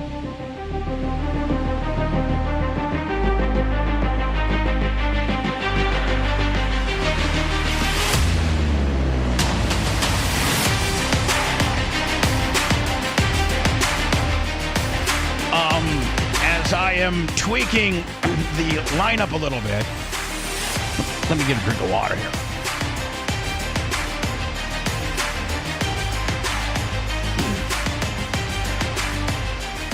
Tomorrow's lineup, Lummy, and I think moving forward, all Thursdays are going to be Tuttle and Babyface. Oh, wow. Then Fridays are going to be Tuttle and Lasker. Nice. As I'm tweaking the lineup a little bit. Today, Lummy, we have to get into the Orlando guests of the Content House. Yes, now, do you have a list of people? Yes, I have them in the wheel. Oh, you already have the wheel built? Yes. Oh, look at your little, God bless your little soul. Wait, you got every name on the wheel? Well, the ones that, when they put it in the They email. emailed? Well, the ones that emailed and said, yes, I'd like to come to Friday. I mean, we have over 100 names, but only 39 requested to come to the Content House. All right. So, we have 100 names that are coming to the 100 plus names that are coming to the Davenport meet and greet. The Davenport, is it the Davenport Ale House? Yes. The Davenport Ale House, which I have the date here, but November 16th, 6 o'clock. Saturday, November 16th. And it's going to be, we're going to, if it doesn't rain, like it does every time we try to do the Cash Cube, then we're going to put the Cash Cube up for the last hour and let people, do that. And that doesn't really, I think that, we can scale that down a little bit, not make it such a big production. But I mean, well, if I take my truck, we can get everything we need in my truck. Yes, the Cash Cube. I don't think we need the tent. Right? I don't think we need the tent. No, I don't think so. No. So just basically the tables, the Cash Cube, and the prizes, and the wheel, and the generator is all I need. Yeah, that should be fine. So, it's the Orlando Content House happening on Friday and Saturday.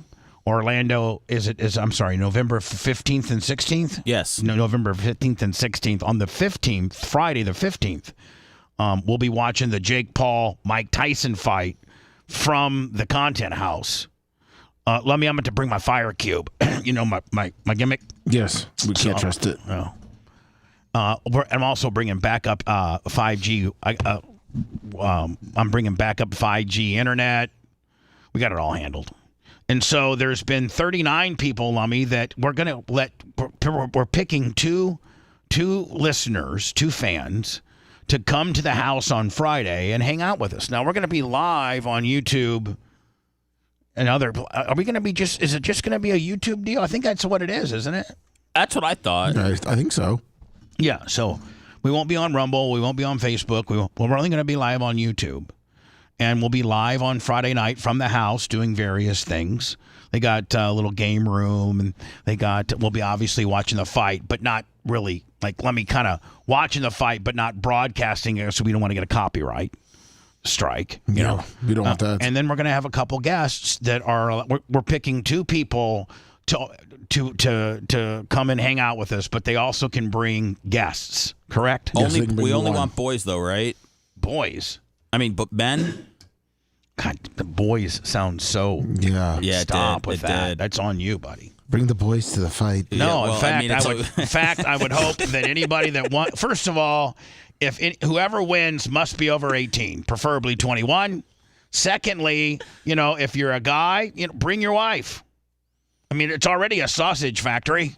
Or your best buddy. Or you bring somebody. Bring some. You know what? Maybe bring a fellow Bubba Army. Bring somebody that would appreciate the moment. Don't bring somebody like if your wife hates us, because a lot of wives do hate us because you like us so much. So I call it the Romina Diaco syndrome, because Romina hates us because Dan loves us so much, and we take away from her family experience. So if your wife has Romina Diaco syndrome, do not bring her. She's just going to be mad and sit there in the corner with her arms crossed and hate on us. And I already got thousands of people every day that do that and tell me about it. I don't need to be cooped up in a strange Airbnb with your wife who hates me. We can let Matroni talk to her outside. That's right. Oh, and Bubba, back from engineering, just in case you have any other problems, it's to be known that you have 119 tabs open. Really? Yes. Wow. Yeah, I saw Macho Man running here, Macho Man, your microphone's on. I saw you running like a diagnostic test. So is that what you've determined, is that I got 119 open? Yes, because every tab is another version of Chrome. So it's like you have 119 Chrome tabs open. So here's the deal. Program. After today, when I do this quick, after the show today, I'm going to do a quick pop-up show that's going to be, we'll be out of here by 11. Lummy, I need to hear from your wife what time you need to be at the house. And I don't need to hear it from you. I need her to text me. Yes. What time you need to be at your house, so I know what time to release you. Okay. From your duties. And what time basically it's about what time I need to end the pop-up show. Okay. I'm going to try to go through all these stories that I've found over the last week or so to be something that I would want to talk about, and we're going to do a little extra credit pop-up show today. And then, Macho Man, I would like for you to maybe reboot or defrag or just do shit. clear my cache or whatever you need to do. Which once I get rid of everything I need to talk about, is that what you're gonna do? Yeah, we'll do shit. Yeah, Baston Gillett. Oh, I thought you said that. For those scoring at home, he said we'll do shit, as in Massengale douche. Yes, but it sounded like he said something else. I haven't heard douche in a while. Yeah. Thanks for bringing that back. Do women still do they douche? Oh, I don't know. I mean, you'd have to ask a woman. I think women do. I think women do douche. I don't even know, man. I think women get like pH issues if they're. I think it really matters on how sexual you are. How did that become a put down though in mainstream? Well, I mean, think about it. Well, I mean, I know a douche is not that's not like somebody called you a pretty flower. I get they that. Call you a douche. You're being inserted into a vagina and you're flushing it out, flushing bad stuff out. I think bacteria infested bad stuff that makes vaginas grow bread. Did I say that? Yeah, I did. Yes. Let me see. This is when I love our governor. Yeah. When he goes and finds, well, you know what? I don't know if the credit should be given to the Florida Highway Patrol. I don't know if the credit is Chad Chronister in the Hillsborough County. I don't know if it's both of them working together. But there was this story, and it's just the absolute saddest story ever. And it was when Hurricane Milton was coming here, and people were fleeing the state, or people were trying to make arrangements. Most responsible people took in consideration what they were going to do with their pet. 99.99% of everybody that has pets took them with them, or took them to a maybe. Let me. I don't know. I don't know if pet shelters were open for that, because they never really talk about that. Like, if let's say you were going to go, out of town and you couldn't find a pet friendly situation, could you take them to the pound? and just for them to house them for a few days. Not the pound, but they do have pet friendly or shelters for just pets. Yeah. So, you don't maybe necessarily have to take your dog to that fancy hotel that you got reservations for, but you can make arrangements for your pet to be safe at a shelter, and you come pick your pet up when it's done. Yes. Okay. And so that's what, and we have livestock here at our facility, and you don't even have to give listen, let's just all be honest. Livestock don't have the same rights as domesticated pets, right? Livestock, you can't get in trouble, Lummy, for putting cows and goats in a field, and when a hurricane or a storm comes, you maybe if you don't have you're not going to get in trouble if you leave your cow out in the field. You're just not. Livestock are property, and I don't think you're going to get in trouble. So we didn't have to make provisions for our livestock. We have 2 goats, Baby and Hootie. Yes. Although they're not, let's just be honest, Lummy, they're not very rugged. They don't really know what it's like to be into the wild and deal with, they're very coddled. They are. Are they not? Yes, they are. And we even was like, listen, here comes this hurricane that's coming. We could have winds up to 100 miles an hour. Although I will tell you, man, the goat shanty didn't even budge, did it? No, it did not. So we know now, Lummy, that they're safe for up to winds to 100. Yes, we do. So next time we get one, would you just let them stay? Or do you prefer to put them in your garage? We might want to toughen them up a little bit and make them ride a storm or 2 out. Possibly. Yeah, possibly. You might be. I mean, we got the mayor saying they're going to die. Probably. Yeah, I mean, we did have them. I mean, we did have the mayor did say, This is literally catastrophic, and I can say without any dramatization whatsoever, if you choose to stay in one of those evacuation areas, you're going to die. And we're in evacuation A, and this is what she said. You're going to die. Yep. And do you know how much heat we would have gotten if Baby and Hootie would have died? That's right. We had, listen, and the trolls think that they got me. We had our first goat that we got was a sick goat. And I don't know that I've really talked about this because I was so afraid everybody was going to be mad. And our first goat that we bought, I bought from a woman for $50, and it just was not healthy. We couldn't get it to eat. We took it to the doctor, and they're like, there's nothing we can do to it. I mean, this goat's going to die. And our first goat died. Yeah. And, we put it in a trash bag and took it to the veterinarian. Oh, my God.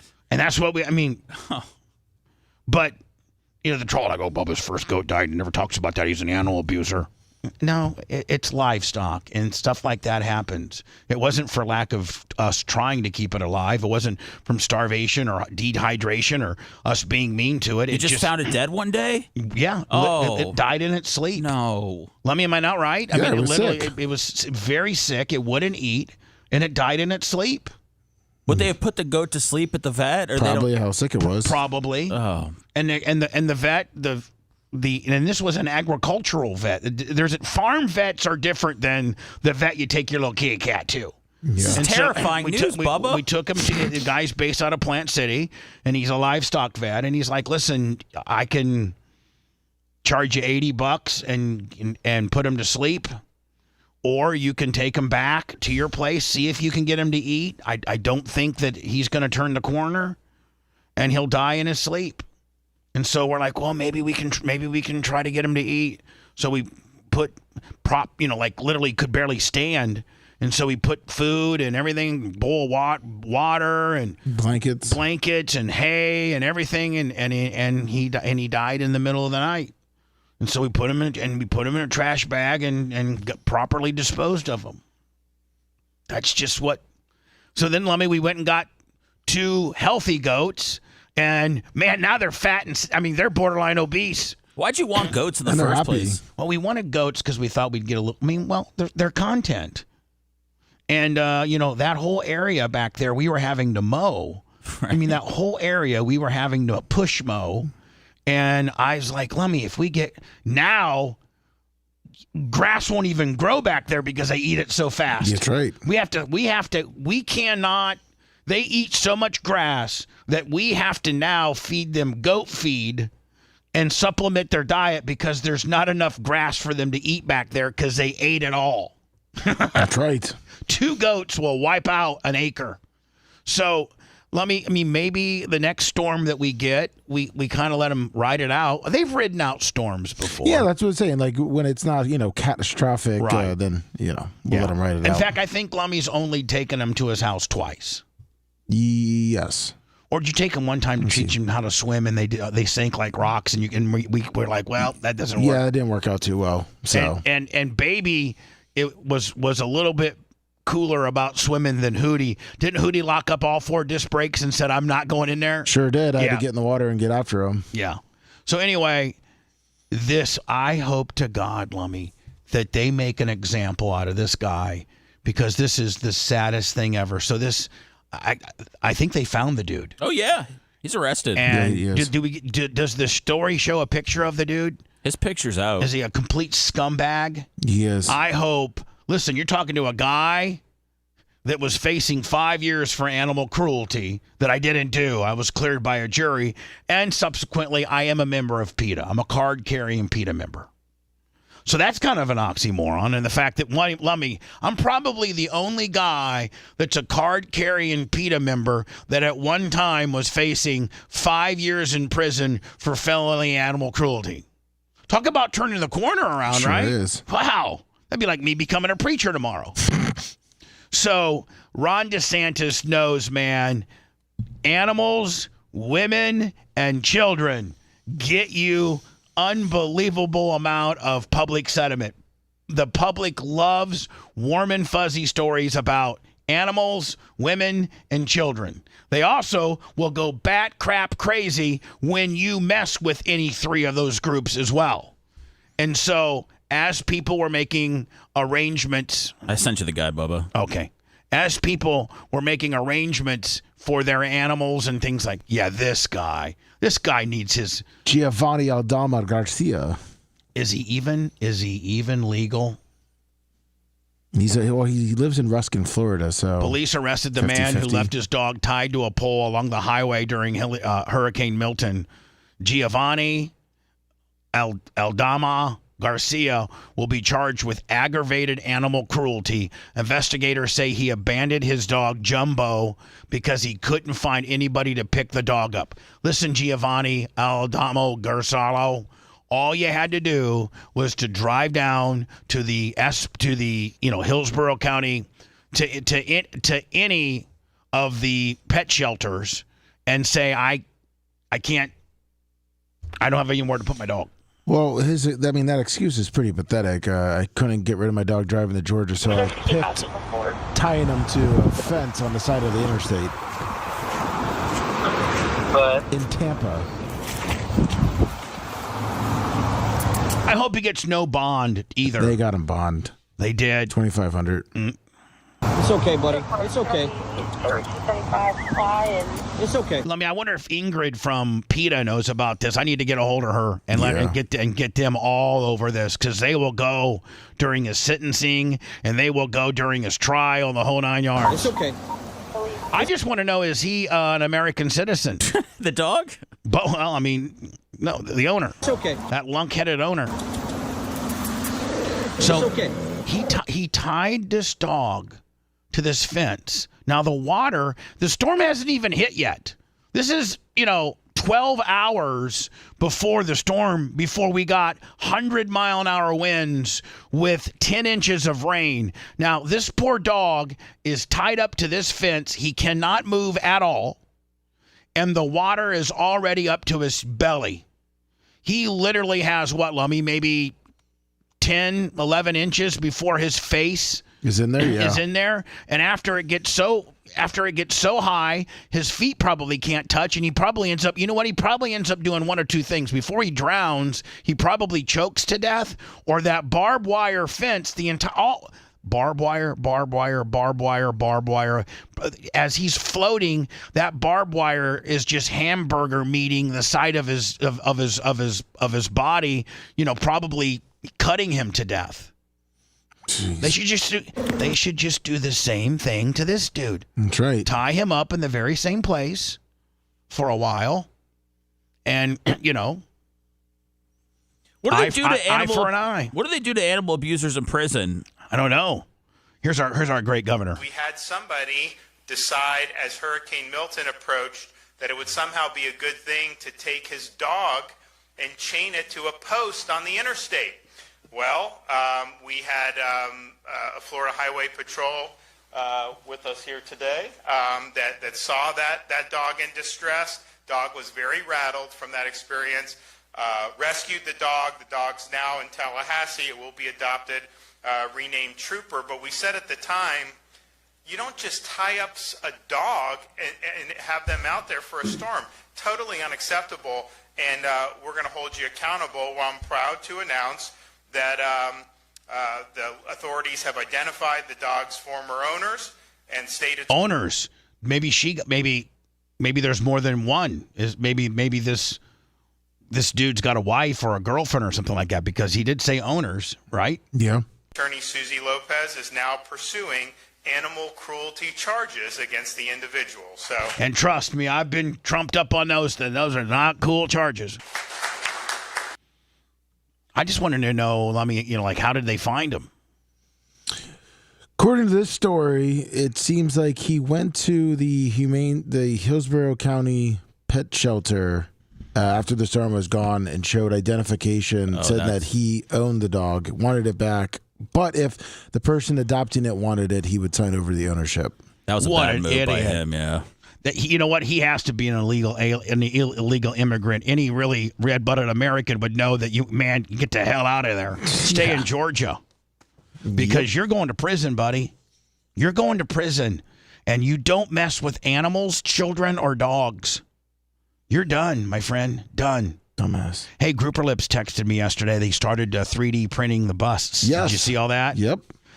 When I come back, Lummy, I guess the Kamala Harris campaign has reached out to Joe Rogan about going on Joe Rogan's show. Yeah, I guess after Donald Trump said he would go on there, she followed him. Well, she's got to. Yeah. But both of them have got to do the show.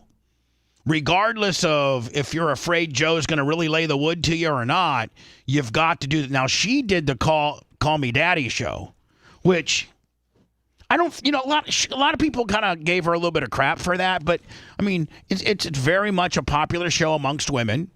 That's her, and it's usually a show that's based on very, very, very, very sexual stuff.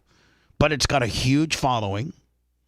And, that's what you're not trying to appear as a political candidate. You're not trying to appear on a show that you necessarily agree with the opinions of the host. You're trying to find a show that's got large audiences.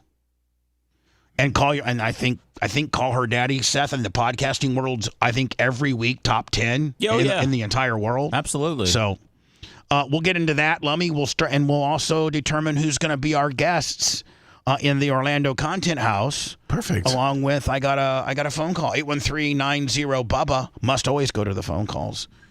Hello. Bubba, hi, it's Jennifer from PETA checking in. Hi, Jennifer. I wanted to make sure that Ingrid knew about this piece of crap guy and what he did, and that you guys are all over it, and that you put your you put your pressure and your spin and your know-how against this guy, because that's just heart-wrenching what he did to that animal. Oh, we're all over it. As a matter of fact, it's twofold. We've sent the Florida Highway Patrol a Compassionate Police Department award for their heroic efforts in saving this dog. It was almost miraculous that he was saved. And, of course, we're calling on the maximum penalty under the law for this scumbag who did this to this dog. And it'd be interesting to know if, one, the guy's got a prior, any kind of priors or anything like that, and two, I don't even know if he's illegal. He looked very illegal immigrant-ish. I'm not, and listen, I'm not trying to profile or be stereotypical or anything like that. But I mean, I think fundamentally, our shelters need to check for your status in the community before you just go out. Because you know what, good people adopt dogs and treat them good. But when bad people adopt dogs, maybe the shelters and stuff don't do the necessary background check. But you're now sentencing an animal to a bad life, And so I think that maybe we need to do a better job at maybe background checking some of these people before we just. And that was a beautiful dog. Well, you bring up a good point, Bubba, because the legitimate facilities, the SPCAs and humane societies that do good vetting, good background checks, have successful placements. But there are a lot of rinky-dink little operations, a lot of places that call themselves rescues and such that are nothing more than almost hoarders to a degree, and they'll pretty much give out any dog or cat to anybody who shows up. And this is what happens. We come back with these huge problems. But I don't care who the guy is. I mean, if someone's cruel to a dog and ties them up and leaves them to drown, the full force of the law should be behind them, period. That dog had no chance. That was one of the meanest things and thank God that, they were able to get it before things got bad. It was bad enough, the way it was, but, it was going to get a lot worse. That dog was going to die. It was going to die. Oh, for sure. And I will tell you one other thing. PETA, before any major storm comes like Milton or Helene, we put out public service announcements basically saying, please, they cannot fend for themselves. Do not leave them alone. Do not leave them tied up. Do not leave them in a cage, just assuming somehow they'll make it. Dogs and cats and other animals die all the time because people leave them behind. So we do try to get that message out. Don't do it. There are answers. Do not leave your animal behind. We have livestock that we went and put in our garage. That's right. I know you did. I know you did. We took our 2 goats that we love, Hootie and Baby, and let me put them in the garage with beds of hay. And by the way, they could have survived in our little area here that we have built for them. But we wanted to make a statement to show people that we're not going to even jeopardize that. But listen, tell Ingrid and you, Jennifer, as this thing goes to trial or you guys need to get the word out, please use my show in any capacity to throw the book at this scumbag. Please, if Ingrid needs to call in or Jennifer, you always call in. Keep me posted on what I can do to keep the public up to speed on how this is progressing. Because I don't want the guy to cop a deal or anything like this. This guy needs to be held accountable. This wasn't. Now, I don't believe in any type of animal cruelty, but there's premeditated animal cruelty, and then there's just, the guy kicked the dog because he was mad. And both are wrong, but this was premeditated. This guy had to plan this out, walk the dog to the fence, knowing that we have a bad storm. So I think there should be a premeditated kicker onto this guy's sentence. So please, Jennifer, please keep me posted on how I can get really heavily involved and really throw in the book at this scumbag, please. I will. I promise to keep in touch, and I will pass that on to Ingrid as well. Thanks for everything, Bubba. As usual, we're in complete agreement. Thank you, Jennifer. Appreciate you. Tell Ingrid I said hi, and let's make sure that this guy goes to jail. I will. Take care. Talk to you soon. Bye, Jennifer. She's our local. Yeah, she is. SPCA and PETA rep. So she's also been, and oddly enough, she's Bubba Army. So thank you. I'm just so glad. You know how many people probably want to adopt that dog? It's just such a great story. Such a warm and fuzzy story. Yeah. I guess they took him to Tallahassee. Yeah. And they're adopting him out there. Great. We'll get into the Joe Rogan and the Orlando guest content house next. You're listening to the Bubba the Love Sponge Show. If you want 24/7 on-demand Bubba and the crew, go to BubbaArmyHQ.com. The Bubba the Love Sponge Show will be back after this.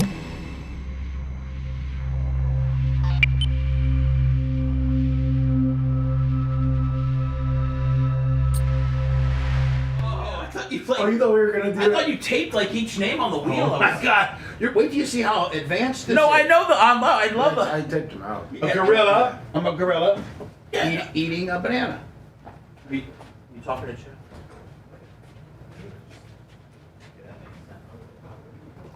Hi, everybody.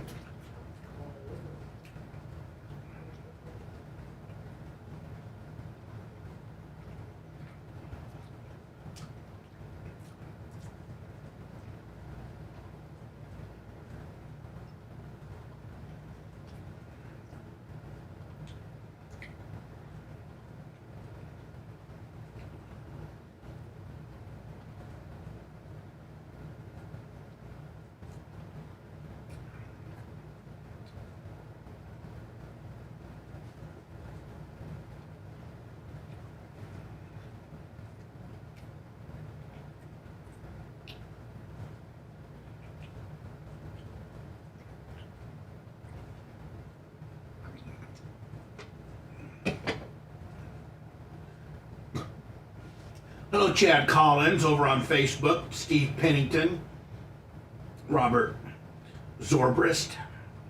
How you guys doing? How's my Twitchers? These are this is where the OGs are. There's Cable Dog. Lummy is Demand. Let's Fudge Some Whores. T-shirt Will. Stuff. This is the OG. Like probably Joe from the West Side's in here somewhere. X. I got about 1,000 of y'all, but I can't. Hi X. How you doing? There's no chat X. Almost 1,100 over here at YouTube land. Hi everybody. I'll put the hi everybody.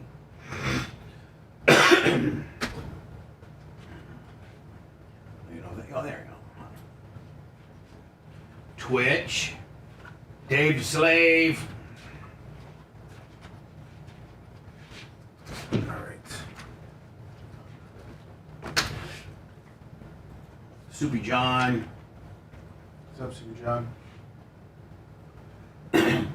Where's my Facebookers? I just threw you a shout out. There you go. Chad Collins. Thank you for the shout, Trucker Nation. Thank you, buddy. Tell your other truckers. Big Lunger, Trickest of Knees. It's Lunger. Act like you've been here before. Puss boy. My hand, Sandy. What's up, dude? What's good, cuzzo? You know, I think I'm gonna grab you and you can just feel my strength. Why don't I slap you with my slide, bitch? Ever been slapped with your own slide before? Let me see. Why aren't you? This is size 45 in Euro. Why don't you show the people that you're supporting the brand?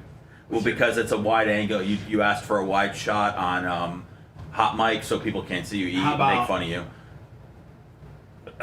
Okay, sorry I've said too much. The last part's not true, guys. The last part's definitely not true. What's up, Ray G? I wear a size 45 in Euro. Man. You're killing people. No, I'm killing boys. Boys are just placeholders. They come and they go. Boys are just placeholders. They come and they go. Did you know that? That was kind of edgy. Tom Brady approved to be an owner. 10%. That's gonna get that deal was made specifically Impeding so he could get out of lawsuits his Fox according to deal. the Sean P. Diddy. What? That deal was made specifically so he could get out of his Fox deal. No, it wasn't. He's not allowed to watch other teams practice and a bunch of shit that he has to do for his job. No, but that's better. He didn't do any of that bullshit. He can roll up like a pimp. I'm saying he's get gonna some leave. fucking notes and fucking let it rip. And quite frankly, he's done a good job. It gives him an out. No, maybe he doesn't want it now. Maybe he wants that $35 million a year just to go and watch a fucking ball game like he would regularly. Sign me the fuck up, buddy. I know Seth's one of the trolls. I know he is. I mean, did you know Seth is one of the trolls? I've had my. I know which one it is too. Oh, do you? I got somebody looking into it. One. Seth Kushner, is it the troll? No, oh no, he's a troll. He's one of the bad guys on you know where.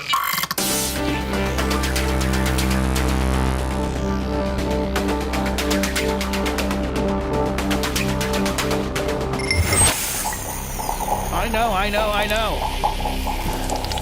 Broadcasting live from the Aquabedo Studios. Aquabedo.com, promo code BUBBA. It's the Bubba the Love Sponge Show. I know. I got you, Seth. F-boy. I mean, people have known for a long time I'm a snake in the grass. You are a snake in the grass. You'll talk about our private conversations when we pee, do you? Never. Okay, thank you. Those are always intimate. Hold on now. You guys have private peeing? I'm going to have the merch crick rig up some kind of camera over there.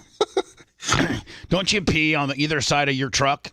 Well, no, we have different areas now, depending on when the rain comes. We're across the parking lot from each other, but we still keep our conversations going you probably do? from like 30 yards apart. Yeah. Oh, really? Oh, yeah. Okay, cool.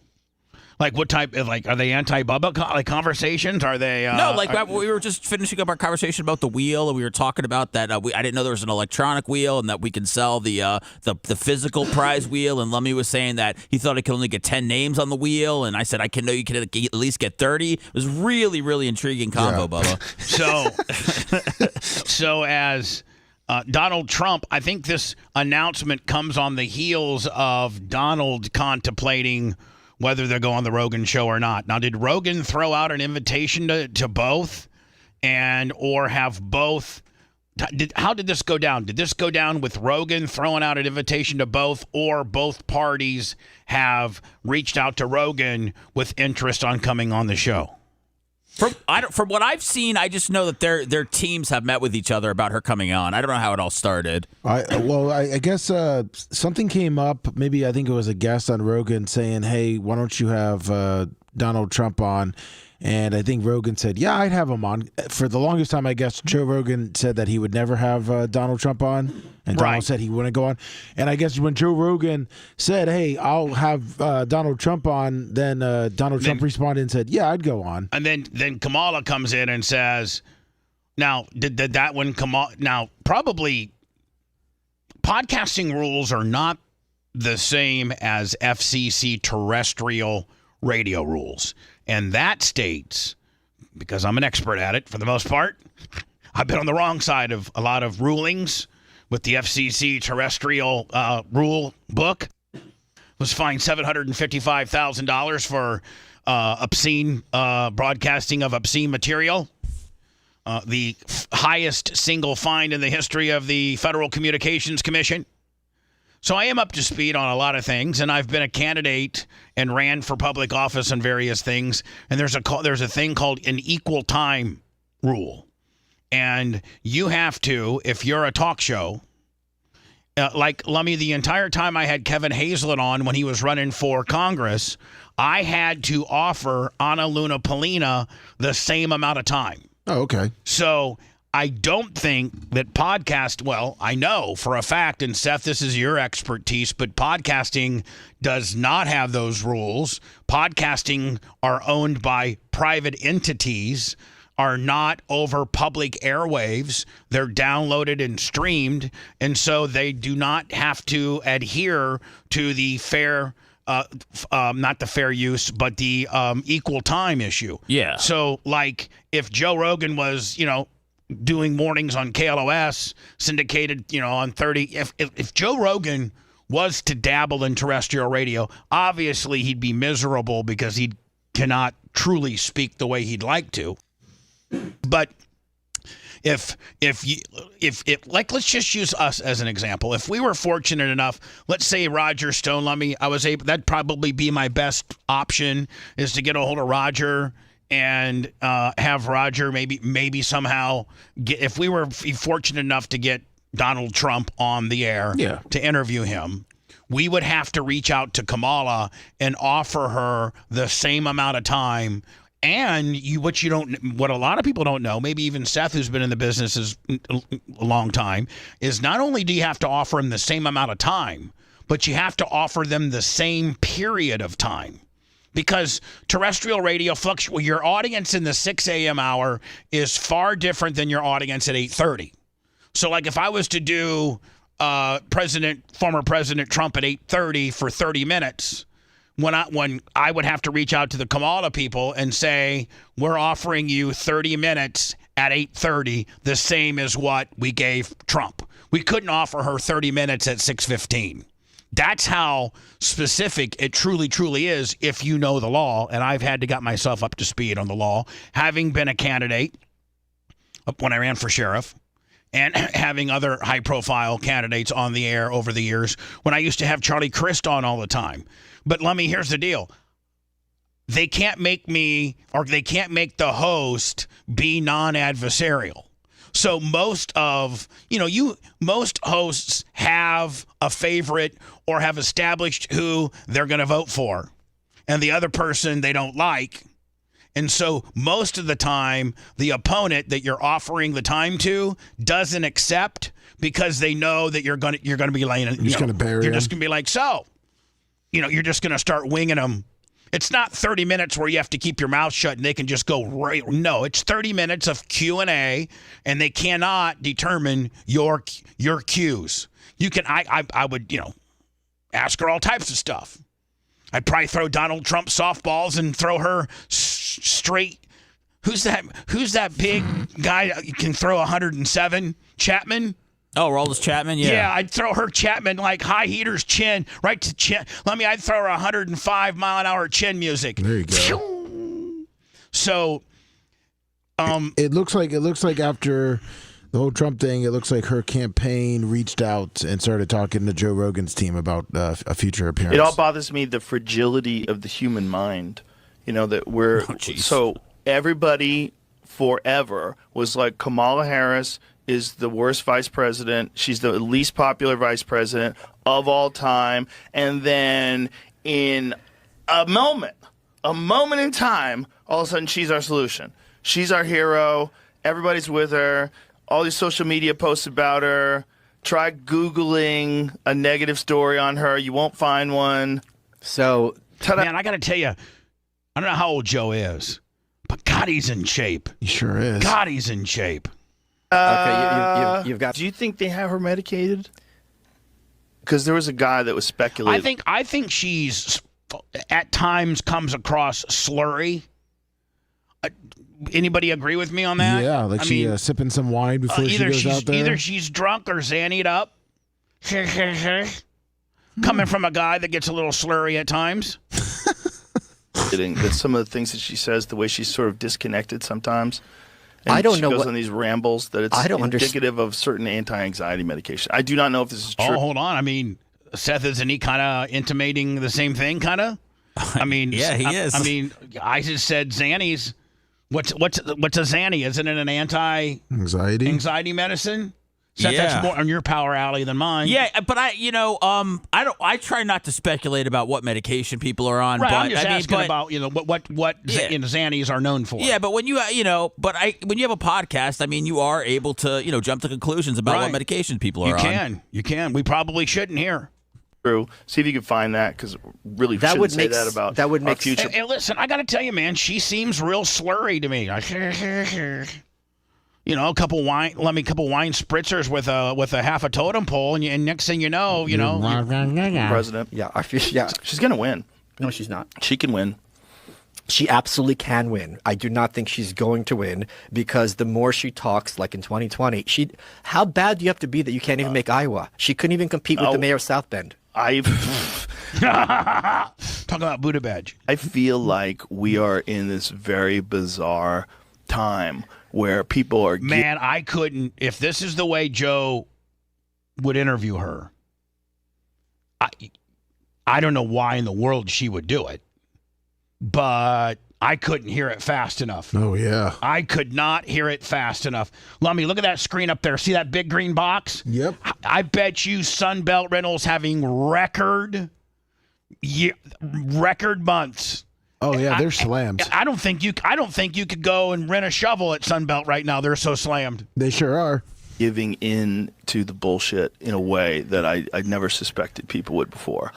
And this is one, they just want no Trump, no matter what, and they're willing to gaslight themselves. They think that, and by the way, I think Hillary could win. If Hillary jumped back in. I've been saying that for months. If Hillary jumped back. I honest to God think if Hillary jumped back in, she would be a better choice than Kamala. For real. She's got way more experience. She knows what she's talking about. Well, she knows what she's talking about, at least. Well, she does. She knows what she's talking What about. about Pizzagate, huh? Huh? Say huh? What about Pizzagate, huh? With the kids under the pizza store in D.C., huh? Back in. I think the problem was also the money, because there was it was like $250 million in the campaign fund that has to, if it only works if she's on the ticket. Right. So that's part of the problem. But I feel like Hillary could win. She won the popular vote in 2020. Hillary, listen, here's where the Democrats messed up, is that Kamala was a shove down. This is what you got. This is who you got. Like, there's no, John Morgan talked about it on the show. He's like, we didn't have an opportunity to, at the convention, put who we want in there. She has never won a primary. She has never won one vote because she wasn't in the primary. And so I really do think, man, they messed up by making her a shove down. They could have found a better candidate, and I think that candidate could have been Hillary Clinton.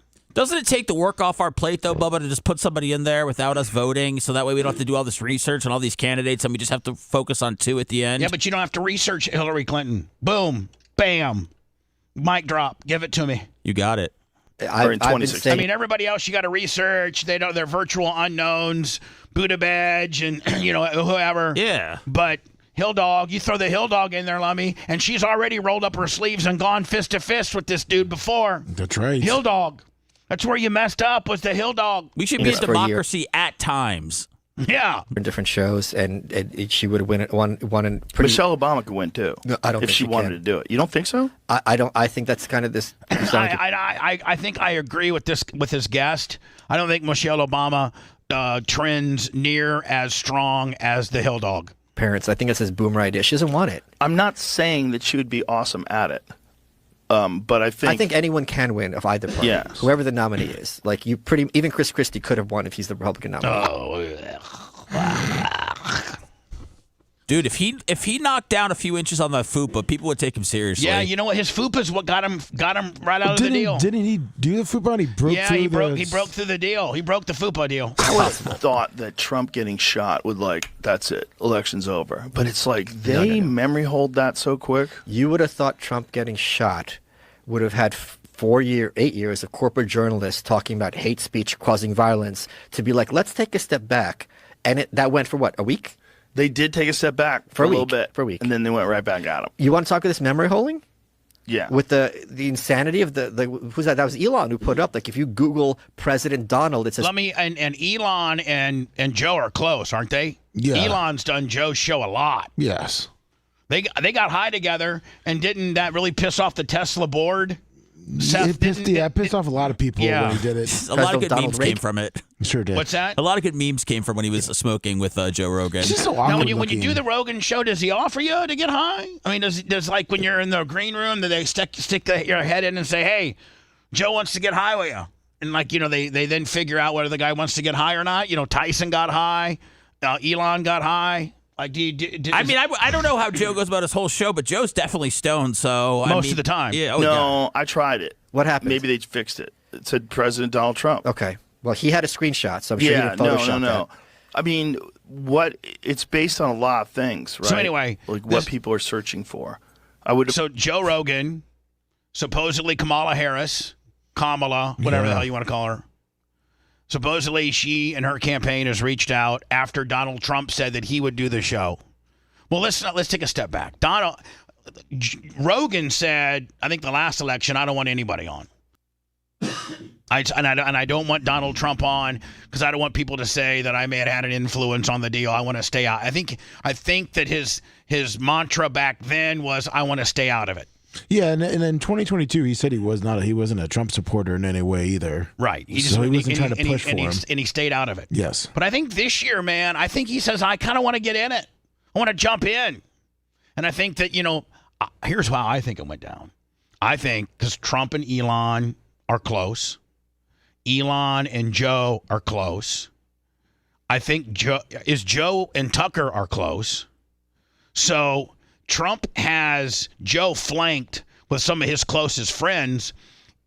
Trump just tells Elon, "Hey man, get me," because you got to, if you're trying to do anything and you're trying to promote anything or you're trying to get the word out about anything, whether it's a pay-per-view boxing match, with Jake Paul that did the Rogan show, or whether it's you're a candidate running for office, or whether your new movie's coming out, or Hogan's on there promoting his new beer, you gotta do the Rogan show if you can. If you have the ability to be a guest on Joe Rogan, you gotta do it. He is pop culturally the biggest thing there is. I sent you where Trump confirms he's going to go on Rogan with the Nelk Boys. I just want to see if you think Trump maybe went back to being a little too orange.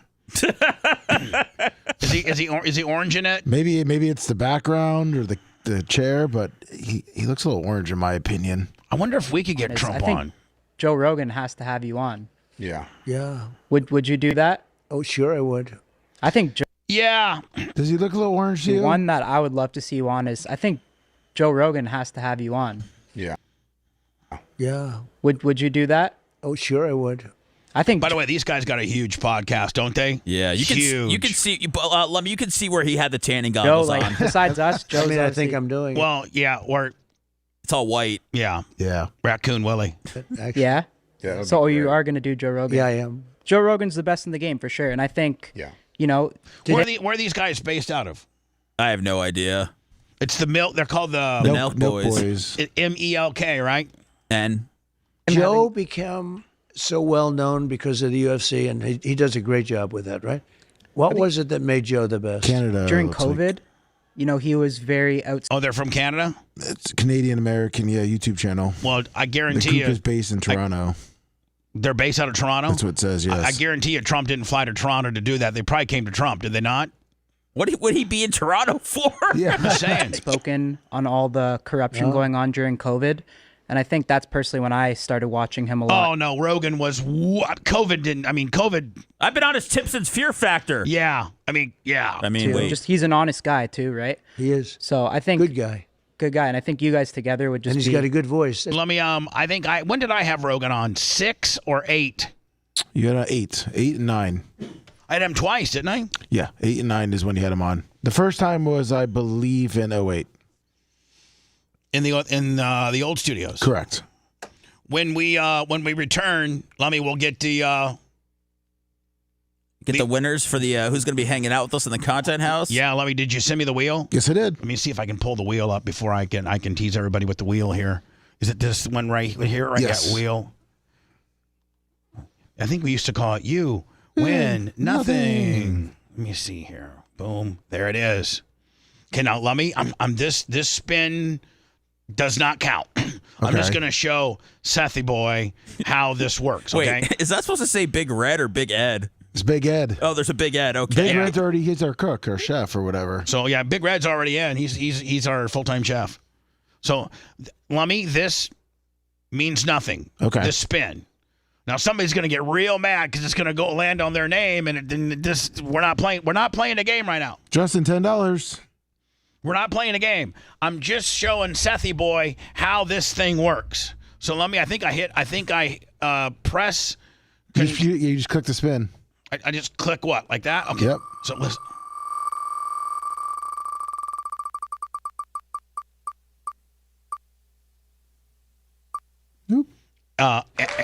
Eric. So that's not a winner. No. But I'm not removing him. But if it was, you would get to sit next to us during the Jake Paul Right Mike next Tyson to fight. Seth. That's right, and be Seth's little bitch boy. What? Yeah. I don't need a bitch boy. Okay, I was just trying to make it fun. Well, I can't be fun without having to be role play. Okay, no problem. Thank you. You wanted to role play earlier. I did. Now you don't. I can't remember. Lummy, when we return, we're going to find out who our 2 guests of the Orlando Content House will be. Yes, we will. And they will get to bring a guest as well. Now, we do reserve the right to throw you out. As soon as possible if you're So a please dick. just be cool. Just be cool. That's all. Don't try too hard. Just hang out, be cool. We'll all make our way to you. I'll ear grip you. It'll be fun.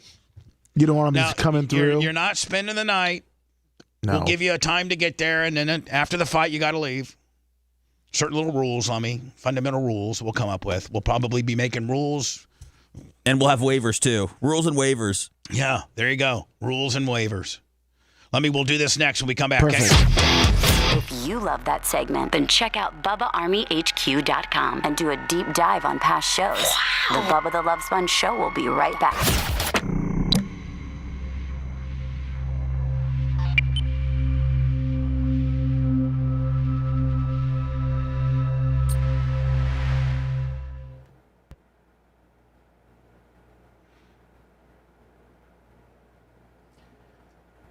There's nothing that 100 men or more could ever do. What a wheel. What a wheel.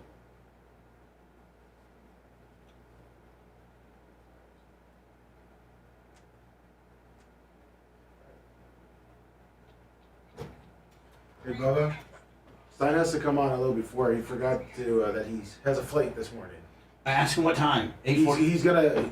So you want to do him at 8:40? He's gonna do it before after he gets through security. So he's gonna text me after security. All right, tell him we're flexible. Okay.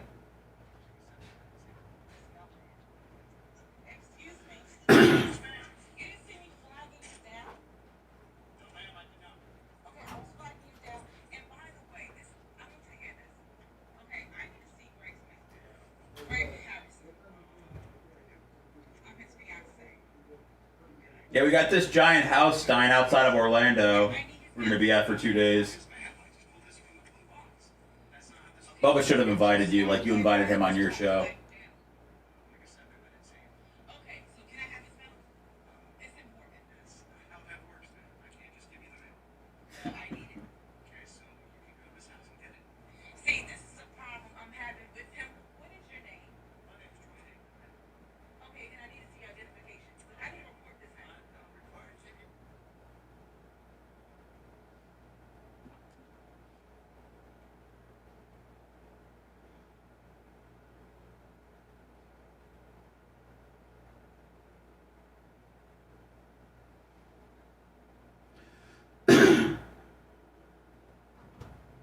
We're gonna plan for 8:40. 8:40? Yeah. Well, I mean, do we have that? He does the best airport interviews. Do we have that story about Charlemagne the God? What, Kamala being on the show? Yeah. Yeah. It was in prep. I'll see if I can just resend it. No, I think. Let me see if I can find it. Because she say she wanted to do a multi-trillion-dollar reparation bill for all Black Americans if she was elected. Yeah, she tried. Yeah, she kind of laid out the plan. Let me see this. See if I can find it. Yeah, here we go. I'm gonna do the wheel, then that.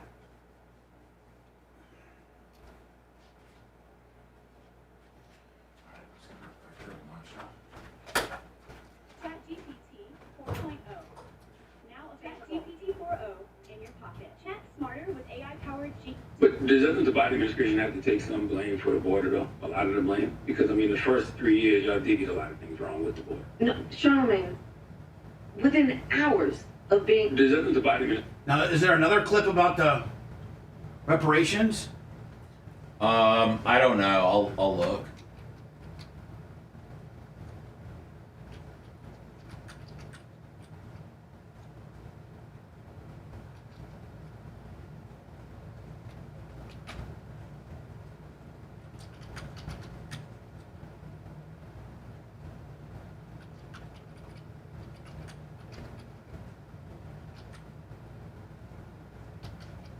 Yeah, I'm sending it to you. Okay, thank you. Although the USA Today sale has ended, so let's hope that it comes up. Let's hope what, buddy? I just said it. It says it just. I hope it comes up since it's a paid. It's not, I'm okay, there it is. No. I'm IMing it right now. Okay.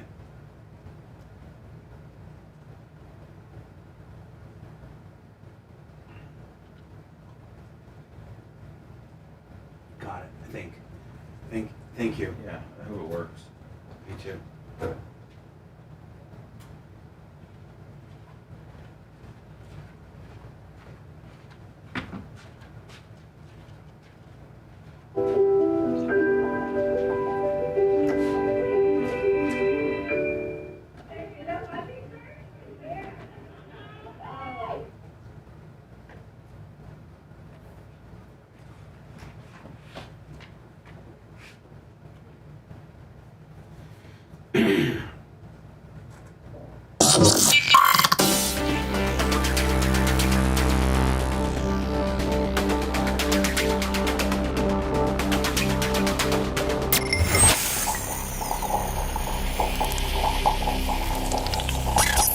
Broadcasting live from the Aquabito studios.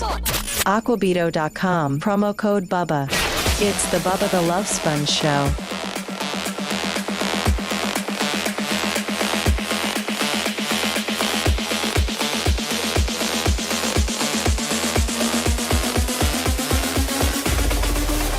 I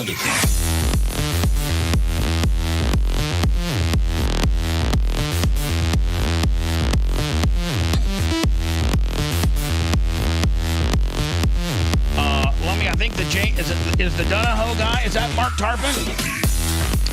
James Donahoe, or is that some? No, that's someone else. Well, James Donahoe, who I see a lot. I think that's 843 Bubba. Is that 843 Bubba? Yes, I think so. $100 in the PayPal. Thank you. 843 Biz Bubba. I'm trying to find. I think Seth sent me the USA Today article.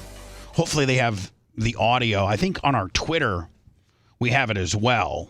If you could just double back it up for me, where Kamala Harris gets on Charlemagne the God's show. Okay. And says all types of stuff. One of which is to give, I think, multi-trillion or billion-dollar reparations to African Americans. Oh, yes, sir. I'm over that.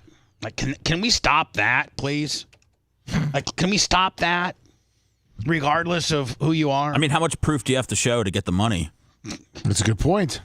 Yeah, like how do you? How does that template even work? If it's just something you filled out online, like FEMA, I mean, I'll give it a shot. I mean, I probably have some black ancestry. Wasn't Gene Lasker like 7%? 7% Saharian African American.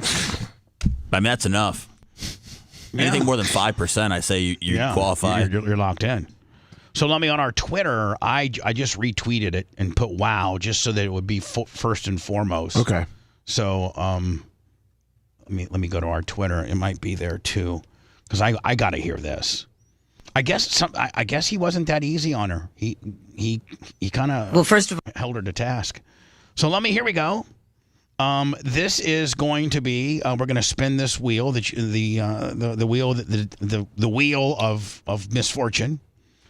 It's digital wheel, and this will be, we're going to pick two people that will be our guests for the Orlando Content House. You plus a guest. The only thing is I would say you got to be over 21. Yeah, we can't have anyone underage. You got to be over 21, and your guest over 21 as well. You can't be a lingerer. We'll give you a time to get there and a time to leave. You cannot spend the night. No. And don't make an ass out of yourself. Just blend in, be cool. I don't think we have to say any of this. I think the people that will win will know how to act. So here's the first person. Are you ready? I'm ready. Seth, you ready? Nope. What do you mean no? You're not ready?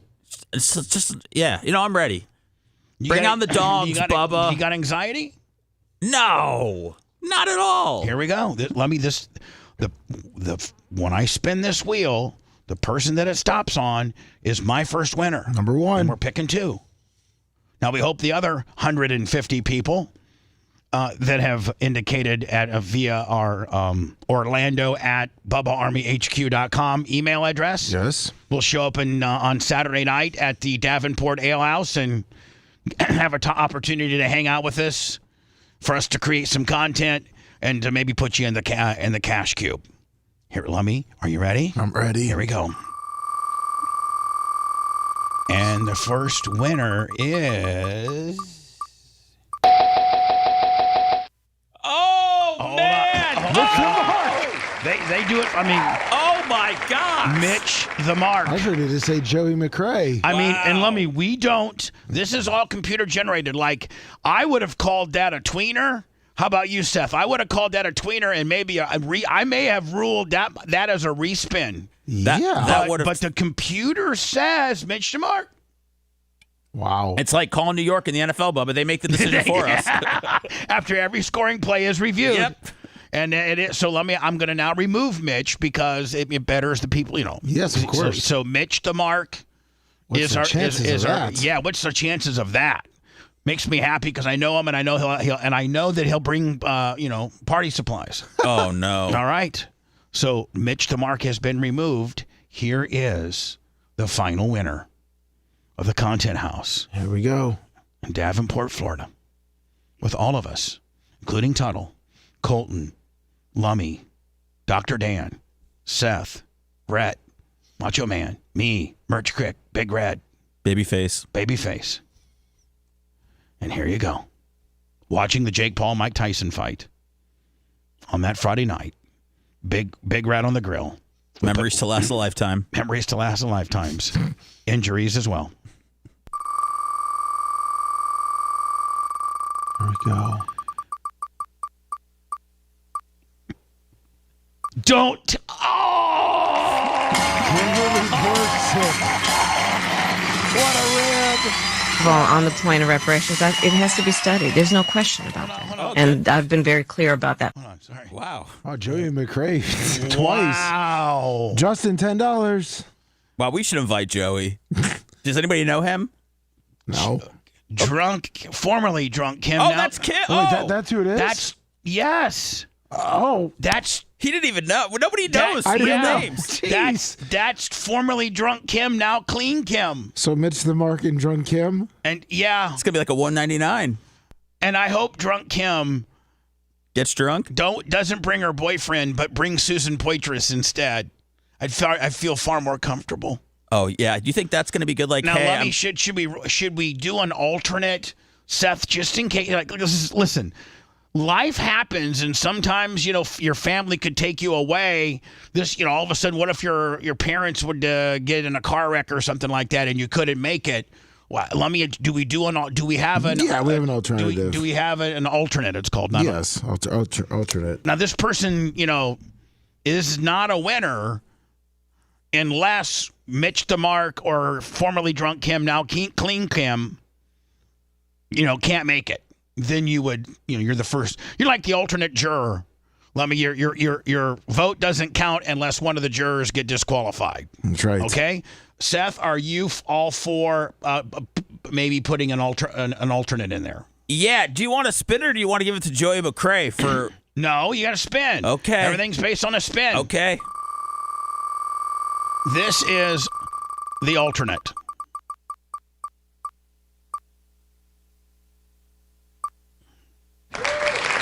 Daniel Highland. You don't know who that is? Daniel Highland. If Lummy doesn't know. I didn't even know drunk Kim's real name. Yeah. So Lummy, there you go. There's your names. Make contact with them. And as we get closer, we'll give them the address. And it's two people that we know. One I'm a little concerned about. Both are in chat. Drunk Kim said that she will be bringing Susan Poitras. Please, thank you. That makes me feel so much better because Susan can handle you, Kim. Oh, don't put that. Kim's fine. She is fine, but sometimes she's fine until she's not fine. Don't put Susan on the babysitting gimmick. Susan, did she have to do that with Otto one time? All Susan has to do is just give Kim that Susan Poitras, stare. Okay. And boom, Susan Poitras is very effective at regulating drunk Kim. I just want her to have a good time if she comes. She's going to have a good time. Okay, all right. Whew. So let me. There we go. There's our two people, with an alternate. There we go. Kamala Harris was on Charlemagne the God show. He's the big the Breakfast Club out of New York, which I think is iHeart based and syndicated virtually in every urban and top 40 radio station that I would venture to say that he's on 100+ radio stations, and he's like the spokesperson for African American people. I don't know a lot about his radio career. I mean, he's had this gig for a while. Yeah, he's pretty good, I guess. So he's no Sway. True, I know Sway. Met Sway several times. Doesn't the Biden administration have to take some blame for the border, though? I got to tell you, man, I appreciate his questions to her. He didn't softball for the most part. And this is one question that I think a lot of people would ask. A very inbounds and fair question.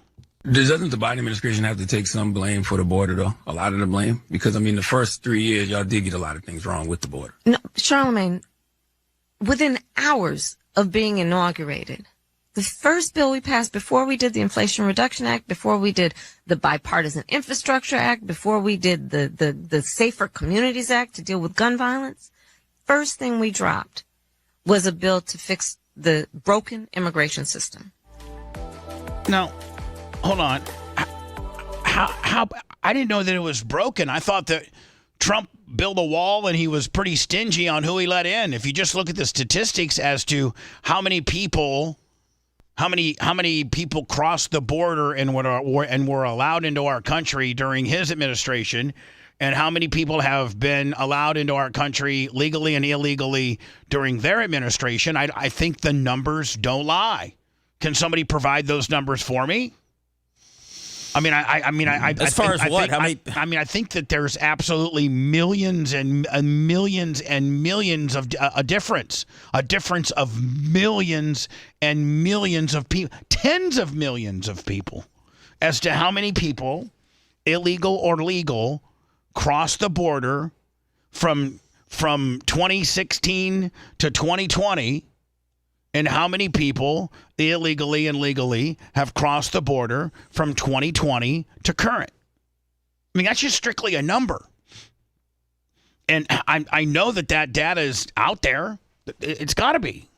Yeah, there's been some varying people saying, how they're counting it now. So I'll try to find it from 2016 to now. Pretty much? Yeah. Okay. Well, no. 2016 to 2020. That was the Trump administration. How many people entered our country legally and illegally? And then 2020 to present day, how many people have entered our country legally and illegally?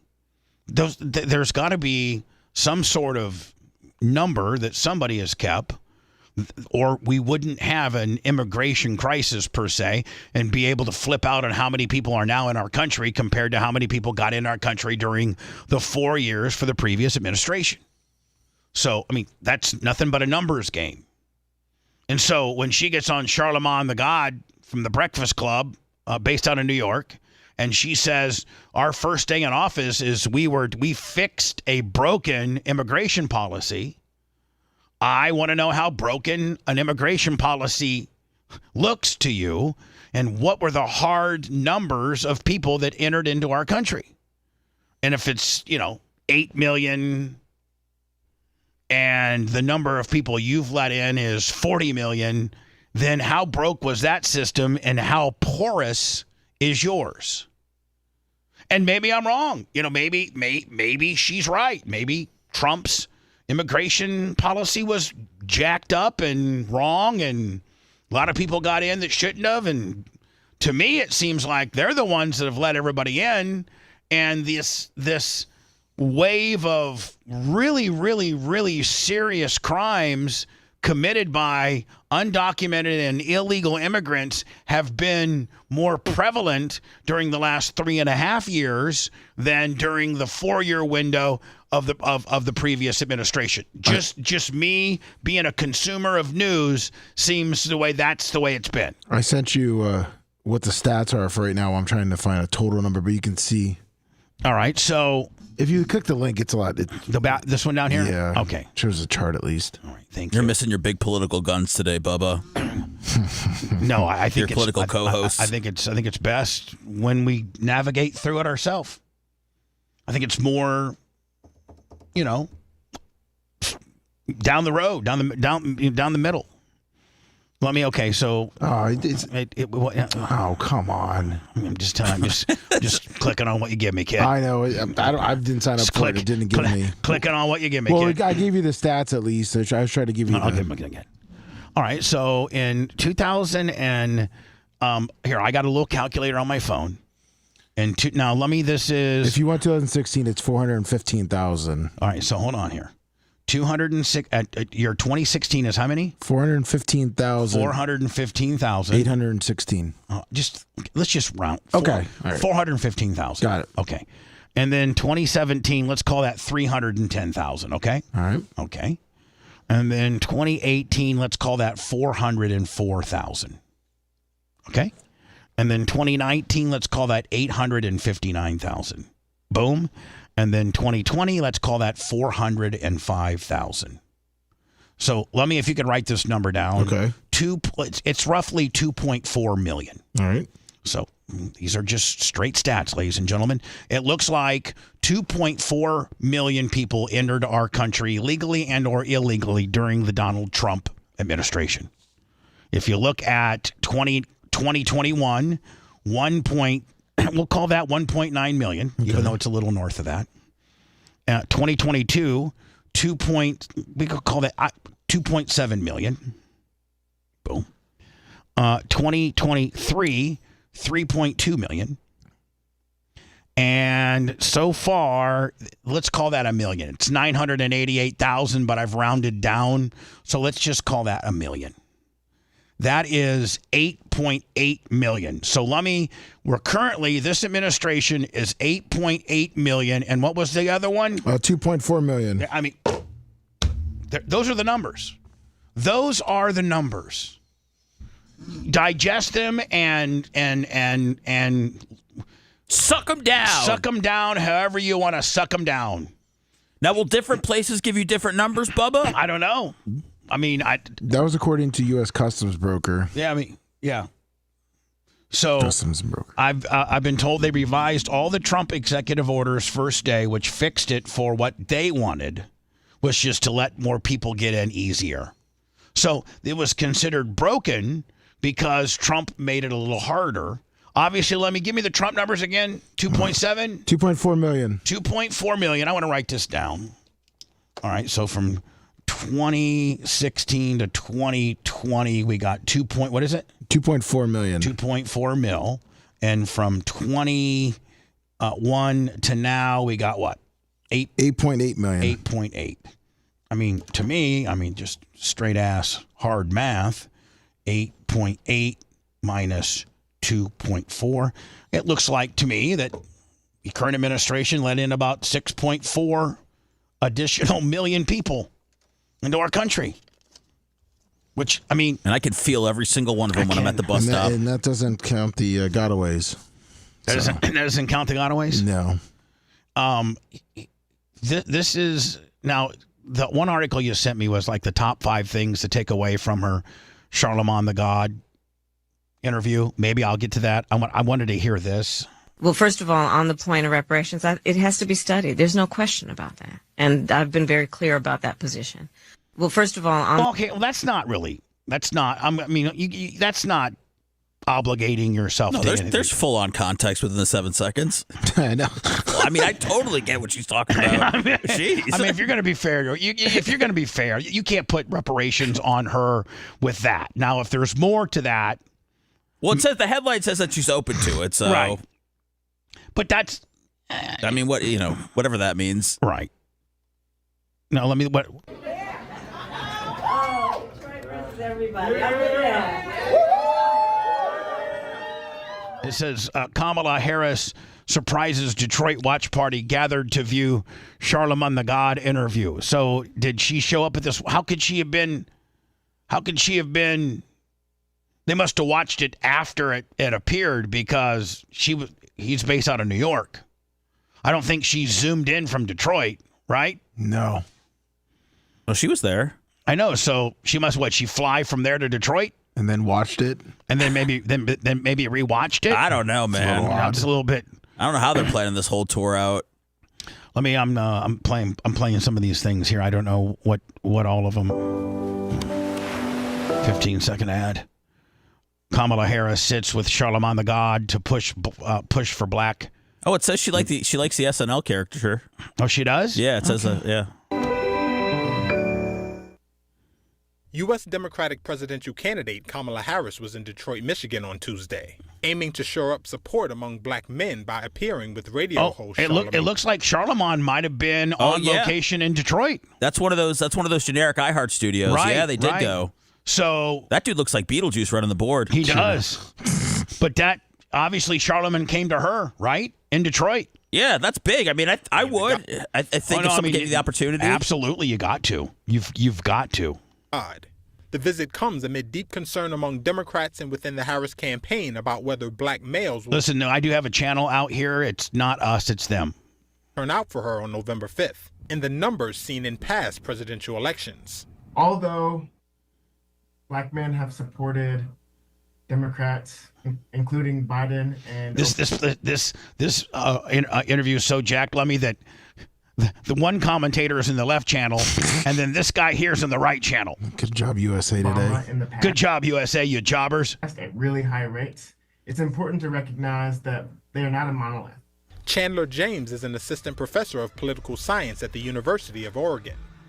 Their support must be earned with policies, rhetoric, and performance. I want to hear like more of her on Buys recreational marijuana and help ensure concentration of her slipping among black voters is a red herring. And I think, too, this thing about black men being attracted to Trump is nonsense. It's poppycock. Julia Williams said the Harris campaign should be careful in its latest push for black male voters. You don't want to offer like a carrot, as a bait for people to vote for you. I need to find footage of when she was on the radio show. The radio show. I mean, you know what? I'm starting to think about, like, why would she be in New York? New York's locked up. I mean, she's got to be in other states. Yeah, and she said, hey, Charlemagne, you want to interview me? Come to Detroit. And iHeart said, Charlemagne, get your ass to Detroit. You think iHeart put him on the private jet? Oh, yeah.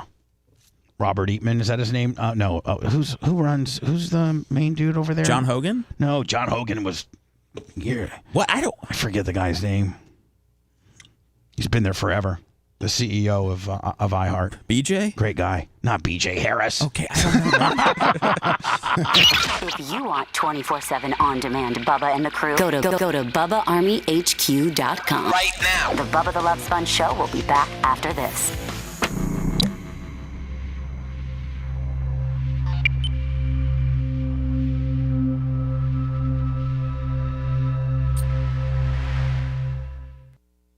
Stein thinks about the Jerry Jones rant. What did you send me something from Alex? Yeah, that was what we kind of played already. What was it? The trans? Oh, yeah. The trans guy. What was his name? Josh Cedar, I think. But you said he bailed out Charleston White, too. Yeah, he's having problems right now trying to get through security. I sent him the link, so...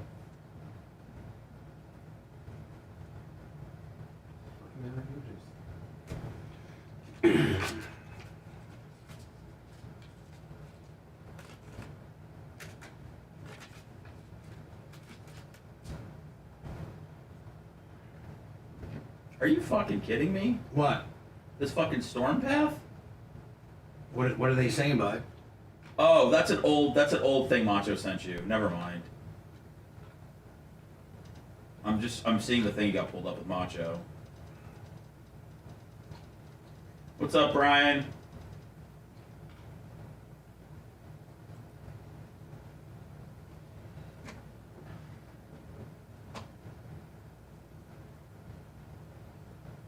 Now, I'll find somebody else to ask me these questions. It's not your job to sit around and think about what I do is right or wrong. Lummy, yes, Bubba. Your wife says, need Lummy here by 12, please. So I said, home by 12 it is. We'll make him leave here no later than 11:15. Oh, okay. So she touched. Okay. Yeah, she got me. Thank you, boss lady. The toes relief, Tina, don't watch the video. 33 Dixon cider, 6 months. Don't watch the video. You guys will think less of me. It's disgusting. I think less of you now. That's fine. I can handle that. What's up, grouper? Got my power back on yesterday, Chip. Thank you. What up, Felix? Timothy, Paul, what it do? Yep, they told us when the power went out, the latest would be by Tuesday. They didn't lie.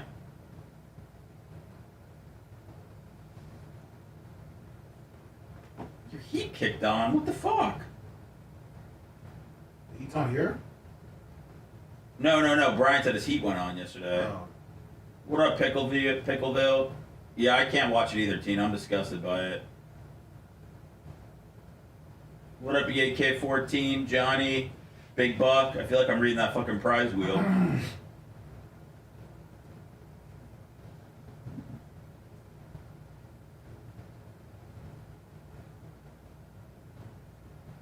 I know. No power was the worst, but then I was trying to make small talk at the weed store, and I was like, "Oh yeah, you got my power back, you know?" And she's like, "Oh yeah, I got my power, but I don't have air conditioning." And she said, "I haven't had air conditioning since Helene." And then I was like, "Oh fuck, man! Now I got to get back down and act like I don't have power. I got to get back down to your level of suffering."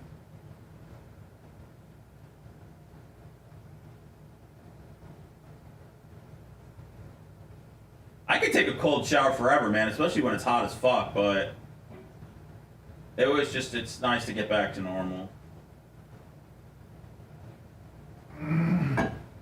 What up, Nick, Phil?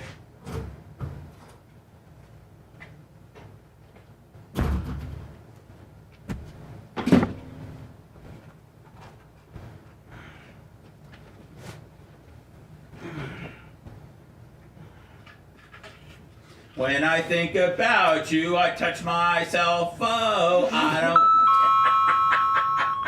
I don't want anybody else. Do these things just pop in your head? I love songs, man. I love music. That's why I got into radio. It all led me here. Oh, fuck. Oh, I don't want anybody else. When I think about you. Finish it. Myself. Well, I mean, once you can't really stop once you get it going. So I'm trying to get ready. You trying to quell it down? Yeah, try to quell for the interview for the Stein, going through security interviews, which are. Let me. What's this shit? Wednesday of next week we got snow. Is that 18 degrees or 18? 18 degrees with snow. Perfect. Seth, get the snowmobile out. Oh my god.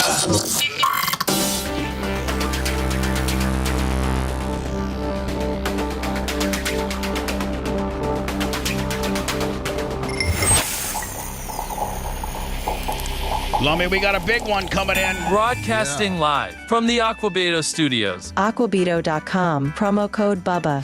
It's the Bubba the Love Sponge Show. I'll be doing an after show today, a quick one to try to clear out the 110 open windows I have. And Lummy, we just got, and he's on it, from Valparaiso, Indiana, John Kostika, 100. Thank you, John. Appreciate you, kid. Can't wait to see you for Barb. John's accounts are probably overflowing those 2 days that we've been off. He doesn't know what to do with all that money. It's like I budget, a couple thousand a week for Bubba the Love Sponge. It's my show. This might be private labeled the John Kostika Show. Lummy, we are still waiting for a connection with the great Alex Stein. We'll get him on when he finally. He's got a busy life, man. He does. He's a mover and a shaker. He really is. He forgot that he had a flight, right? He did. He texted me this morning and said, "Hey, I totally forgot I got a flight." That's crazy. Is he having a show this weekend, or is he going to a speaking? I have no idea because I just was trying to get him on here. Figured he'd talk about it on the air. We could talk about Jerry Jones. Jerry Jones. Oh, well. Oh, my God. Sports. Can't talk about sports, can you? We can't talk about sports. Let me hierarchy. Coming through? Is that Harvey? Yeah. 250 Damn. For a no-tuddle kicker. Oh, no. You guys, I thought from all indications that I hold so very dear, I've been told that Tuttle's doing great. He's always been like him. In all fairness, because he doesn't complain at all. He's just, I don't think he's ever been a Tuttle guy, but he's never tried to dictate programming or anything like that. Right. So he's just saying like 250, and by so I hate Tuttle. I'll see you Monday. I think so. 250. I'll see you Monday. Oh man. I'm sorry. Hierarchy. I'm sorry you'd never been. Tuttle's not everybody's cup of tea, but I think, Lummy, Mitch Dixon. Of course, that's Mushroom Mitch. The guy that's going to be our guest at the Content House. I think that's a $100 bill from him, too. We're going to be able to make payroll. I'm telling you that right now. So are we in a holding pattern for Stein said it's not looking good. May miss his flight. I'm still in line at security. All right. Tell him that Bubba says, don't worry about it. We can do it tomorrow. We can do it any other time. and he's sorry for his appearance. Listen, at this point, if he misses his flight, he's going to be sitting in the airport, so we may just put him back at 9:15. All right, well, whatever. Yeah. Just tell him to keep us posted, but more importantly, make sure you tell him that Bubba, upon watching, upon further review, Bubba is sorry about his incoherent, pilled up, cross-eyed massage chair appearance. Okay. Okay? Yes, sir. Are you going to say that? I'm just saying Bubba said he apologizes for his hurricane appearance. Yeah, because it was, it wasn't good. I caught a lot of flack for it. Seth, 4 or 5 troll accounts have just really, really worn me out on the deal. Sorry, I didn't have power, so I just had a lot of time to tell you how much I hate you. A friend of Sorry, I didn't have power. I had a lot of time to tell you how much I hate you. Thank you. said, well, I'm taking... So this woman here, she's 71 years old. 71. And she is, much like Ty J's wife, Jeannie, like a professional pole dancer. And she, I don't know if she I think she teaches it, but she also does demonstrations. And this is her. Now, for some reason, I can't get it to expand. If you click on your YouTube, see where it says YouTube? Right here? Yeah, it should click you to YouTube, which should let you expand it. God, you know everything, don't you, buddy? Just trying to learn for you, sir. And I'm taking pole dancing. I thought, well, that sounds fun. Now, this woman is, not a 35-year-old hottie on a pole. She's 71. She's old enough to be our moms, maybe even not me, but maybe your grandma. Bug had bit me, and I had... For 71, she's cute as hell. To do this. I just had to do it. And I always say, if you're going to try it... And think about taking her around the farm. That's right. The flexibility she's got. Oof. She's been around the farm. In full gilf motion, Sethy. If your toe got all healed up and you could get some good, some good grippage, would you take that around? If you were a single man and she was coming on to you in an event, would you take her around the farm? Yes. I know you would. Don't just do one time, because you'll come away the first time and say, oh, I'm sore. I didn't know I had muscles there. You can't be a wet noodle and be on the pole. Remember that, Seth? Boy, she should get pep talks at those local strip clubs. I mean, look at that kind of action. She's a thoroughbred. Wow. I mean, she would just absolutely tear you to pieces. Look at that right there. Oh, my goodness. Getting clinical. I mean, she'd snap it off, Lummy.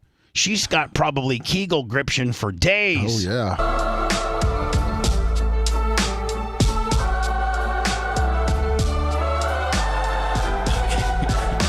We're here at Luscious Maiden Pole Studio in Studio City, North Hollywood area. And this is an open pole session. So in the background, you can see some of the polers. Lummy, this is open pole. Oh, okay. Are warming up. They're getting ready to... Seth, would this be the same in the pole world as like an open mic during a comedy night, open pole? Oh, man. Phoebe, where are you going tonight? Honey, I'm going to open pole. Oh, okay. No problem. That's a tough question, Bubba. I don't even know how to answer that. I mean, if Phoebe said, hey, listen, honey, can you watch Sammy tonight? I got open pole tonight. What would you say? I think you'd say open pole. Yeah. I mean, because you know why? You're gonna benefit from that. You're gonna be the benefactor of Phoebe going to open pole. Well, it's an art and it's a workout. Oh, it's a hell of a workout. So checks a lot of boxes. Their practice. Sometimes it's just a practice to learn new tricks, techniques, and nuances, and other times it's for a show. I started this almost 14 years ago, and have loved it. I never dreamed in my wildest dreams that I would... They say that pole dancers and horse riders, chicks that ride horses, can really grip you. Really? Grip and grip. Who's they? Just, experience. Various shady circles I've traveled in. Be doing pole dancing. She's got that pole squeezed between her leg like an anaconda. Now, if there's something else you could put between those legs and it gets squeezed like an anaconda, please. Sign me up. Especially at my age. Yeah. You learn quickly that you put your hips in front of the pole, and then you want to have it grab it right around your face so you're not having to go really high. So you grab it here, and then you want to squeeze your knees and point your toes, and it brings you up. One thing that I like to do is I like to have people You think Phoebe can put it on you now? Wait till she goes to Ty J. Armstrong's wife's open pole night. Learns how to grip it and rip it. She comes home and puts that on you, buddy. You won't be worried about that infected toe. You'd be going to town on that deal, cousin. I don't know who I'm banging in this scenario. Who is Open I up banging, their Phoebe toes or this lady? and really stretch out that part. Phoebe. Okay. Because I'm going to get her to go to open pole. And get that going. Yeah. So that you get movement in the toes. Yeah, I mean, she's so, this woman's so grip it and rip it. Let me. She'll give you a handy with her toes. Yeah. I mean, anybody ever had a toe job, a foot job? No, I haven't. Yeah. I need to hold on. You have? Yeah. You've had somebody pleasure you with their feet? Yes. Wow. Look at you, freak. So. Damn. I've done. Holla at your boy. Holla. Put some St. Ives on those arches and go to town. Man. But enough about me, Bubba. And then around. I mean, you're not in any condition to be taking a foot job right now. Oh, what do you mean? I mean, she take one look at that infected toe and then totally get her off her game. Okay, well, no one's. I mean, I'm not really showing the toe. And around. And then you can start to move it up and out and up and stretch that so that you're moving it from here all the way down here. Let me imagine. I mean, she's probably got some huge kick out wide parameters. Oh, yeah. She's showing it. And getting a nice stretch. And mind you, this chick is 71 years old. This is a lot, though, man. This is a lot There's a lot to unpack here. There's a lot, yeah. Climbing, where we go into an invert. Climb up my pole, baby. Oh, no. And a lot of times I see people with a limp knee here. Yeah, no trick or limp knees. And what's happening is that... Sorry, trick knee. Brunt of my joke. This becomes a dead weight. Don't open a patrol account, hate me. And so you have more work to do. So I tell people... Don't let your legs be dead. Keep them active. Keep that knee. They're doing their warm-up. Knee pressure, Lummy. Very sought-after knee pressure. Yes, we need it. Say, okay, squeeze your knees. They squeeze them. I say, squeeze them again. Because then you realize that you really didn't squeeze your knees the first time. When your girl's riding out, let me say, squeeze those knees. Squeeze them harder. Squeeze them harder. So, for example, if you're going to get on the pole and you're going to do an invert, I can do like that. I tried to do that one time and I would paralyze myself. Yeah, I'd come crashing down and break my spine. And I've got my whole leg working to get me up there because I've kept it nice and straight. Look at that. I mean, I don't even think the merch crick can kick it out like that. I'm talking about that, like this right. And I've got my whole leg working to get me up there because I've kept it nice and... How many of our significant others can just do that move right there? Parallel Willie with the 90-degree pull kicker. I mean... No. Yeah. Mine can't. Phoebe can't. Ashley can't. Rhett's girl can't. You gonna have merch cook start stretching better? Yeah, I'm gonna hook the pole back up. Straight, as opposed to like this.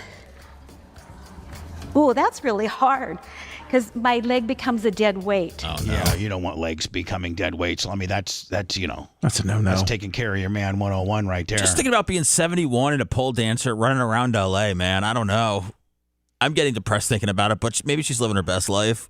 She's probably living a hell of a life. She's probably blasted, 35 and 40-year-old men because she probably, has the sexual prowess of a chick in her 30s or 40s. She's so far ahead of the game. Plus, she's a coog. You think she likes sex just because she's stretchy? Yeah. Okay. Is a New York Jet. So from your standpoint, when did you find out? In case you've been living underneath a rock and, oh, my God, here it is, an hour and 8 minutes before the end of the show, and we're talking about sports. Oh, my God, fire up the hateness, you bunch of dicks. Devontae Adams goes to the Jets for a conditional third round, which could get bumped to a second based on performance. Which probably it will, because Aaron Rodgers now is just going to be just throwing to him nonstop just to make a point. How about the poor Wilson guy? Is that the guy's name, Wilson? Garrett Wilson? Yeah.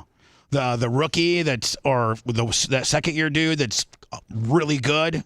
Yeah, he's played for a few years, and I mean, it's their win now mode. And although I don't think it makes a huge impact on the Jets overall, I mean, you got to get Aaron what he wants. It's part of the deal. And how pumped are you to be? Of course, Pat McAfee, Aaron Rodgers, who appears on Pat's show all the time, and then every Tuesday during former football Packer and Cincinnati Bengal AJ Hawk from Ohio State University was number 50 on the Packers.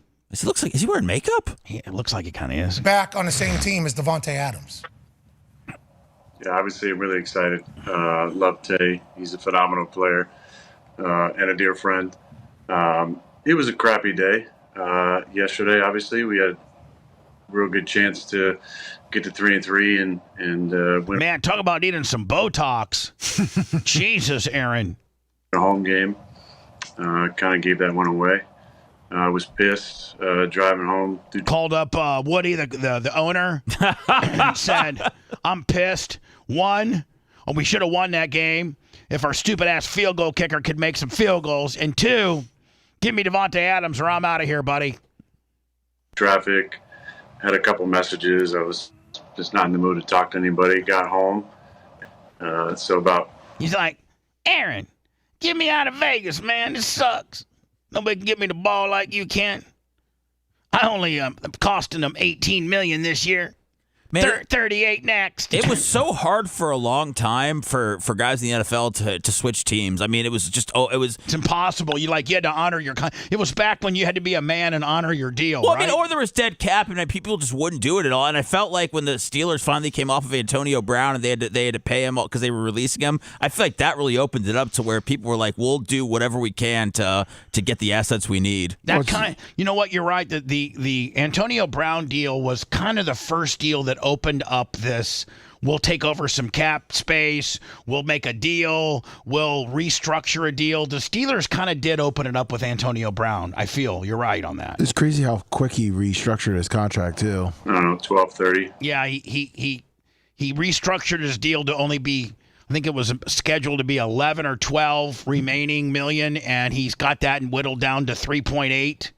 And then he's going to make these two big $38 million a year deals a year voidable. So what he's going to have to do is he's going to have to, in the offseason, cut a new deal with the Jets because, like Seth said, the Jets have got about a 2-year window. This year and next, and then you're going to start having some big-time issues cap-wise. You can listen, like the Packers did with David Bakhtiari. You can only kick the can down the road so long. Eventually, ask the Broncos about the Russell Wilson deal. They kicked that can down the road so long, and they had to take a hit.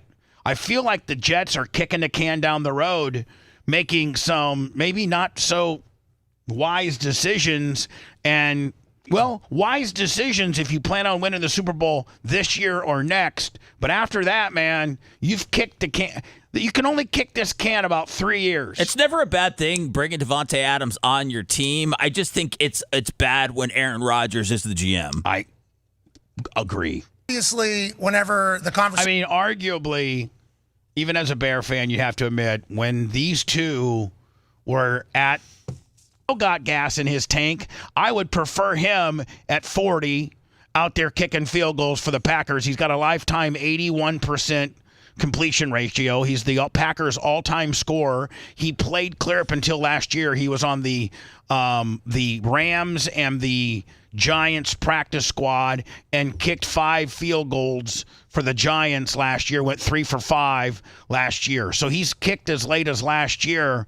He's money, kicking in Lambeau and Soldier and some in Buffalo and kicking some of he's got no juice left. Okay, whatever. He could do both jobs. Bubba, he'd be in the league.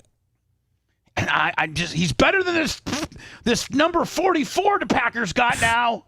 Focal point of NFL conversations, Tay. A lot of people immediately... I mean, I saw Lummy kick a 27-year-old field goal. Immediately placed you with the Jets because your relationship with Aaron and the offense and understanding it. For you, first of all, how's the hamstring? And then second of all, is there any newness to the offense that they're running right now, or are you going to be able to kind of pick up pretty seamlessly with Aaron? Well, man, me and Aaron just got our own deal. We got our own offense. It's called the, Aaron. The playbook might say what this, but me and Aaron know what we're doing. Aaron says run 10 yards and make a right, and the ball will be there. Okay, that's how we do it. First off, thank you for asking about the injury, and I'm feeling great, man. Feeling great.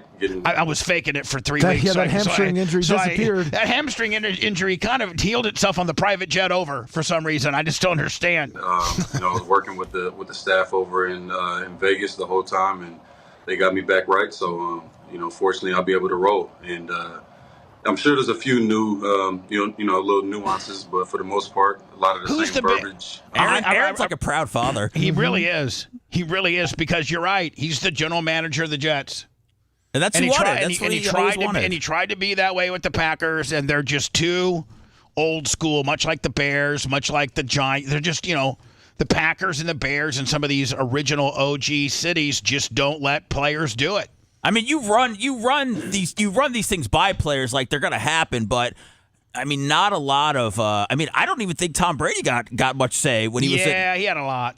Well, he got Antonio Brown and stuff, but I think Bill Belichick was still tough. I mean, remember they had Jimmy Garoppolo, and that was a whole thing. I don't think he had the power he had in New England that he had in Tampa. Right. That's what I'm saying. Even these big guys, like that's what the ultimate thing that they want after all the Super Bowls and everything is like they want power over personnel. New England, he had a certain amount, but not near what he had in Tampa. He did get Jimmy G shipped out. That's right. It's true, but it was done strategically. Well, that was that's why those guys. That's why Brady and Belichick aren't there anymore. I mean, it was a huge power struggle.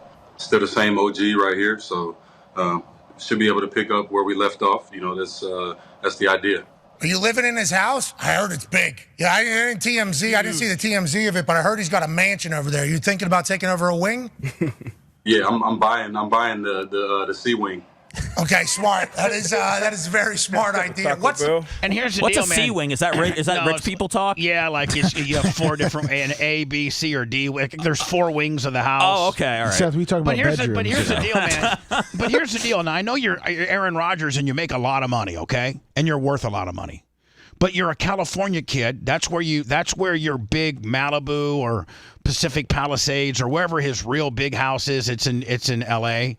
I'm sorry. It's in, I think it's maybe Northern California in the San Francisco area. I don't know, but he's a California guy, and I don't know why you would build. You're not going to be in New York. Listen, as soon as you're not playing for the Jets, you're out of New York. Why would you buy such a monstrosity of a home that you're not going to have long term? Because as soon as he's done playing, he's going back to California. He sold his place in Green Bay, which was really not that big. What, do you want to help him with his investments or something, Bubba? No, but what I'm saying is, man, why would you buy such a big house when you got a shelf life of 4 years? Listen, I think all of us would agree that Aaron Rodgers has 3 years tops left in him. Right? I mean, if he goes on and wins in the remaining wins out, or they make the playoffs. Oh, if they win a Super Bowl, he's got to hang it up. He's got to go out on top if he gets it. So why would you buy, I heard it was like a $38 million house just to have to unload? Those houses are hard to unload. Ask Jordan. It took, 23 years? Or 15 years for him to unload that monstrosity of a house he had in Chicago. It was originally asking $25 million, and I think he sold it for $12. His New Jersey house, they're saying is only $9.5 million. Oh, okay. Yeah. You bringing in a Taco Bell? It's a good question, D-Butt. Need to know that. No, we don't travel. I got 2 in my Vegas crib, so we'll just keep those over there and start a new deal here. Love the commercials. Thank you. All right, so Devontae Adams to the Jets.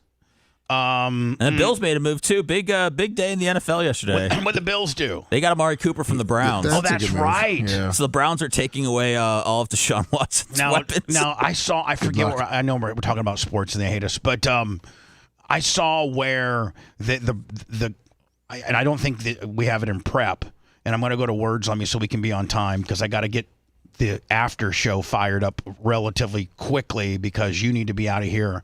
You got to be your wheels have to be crossing the gate at 11:15 latest. Okay. Would prefer 11:10 to keep the boss lady happy.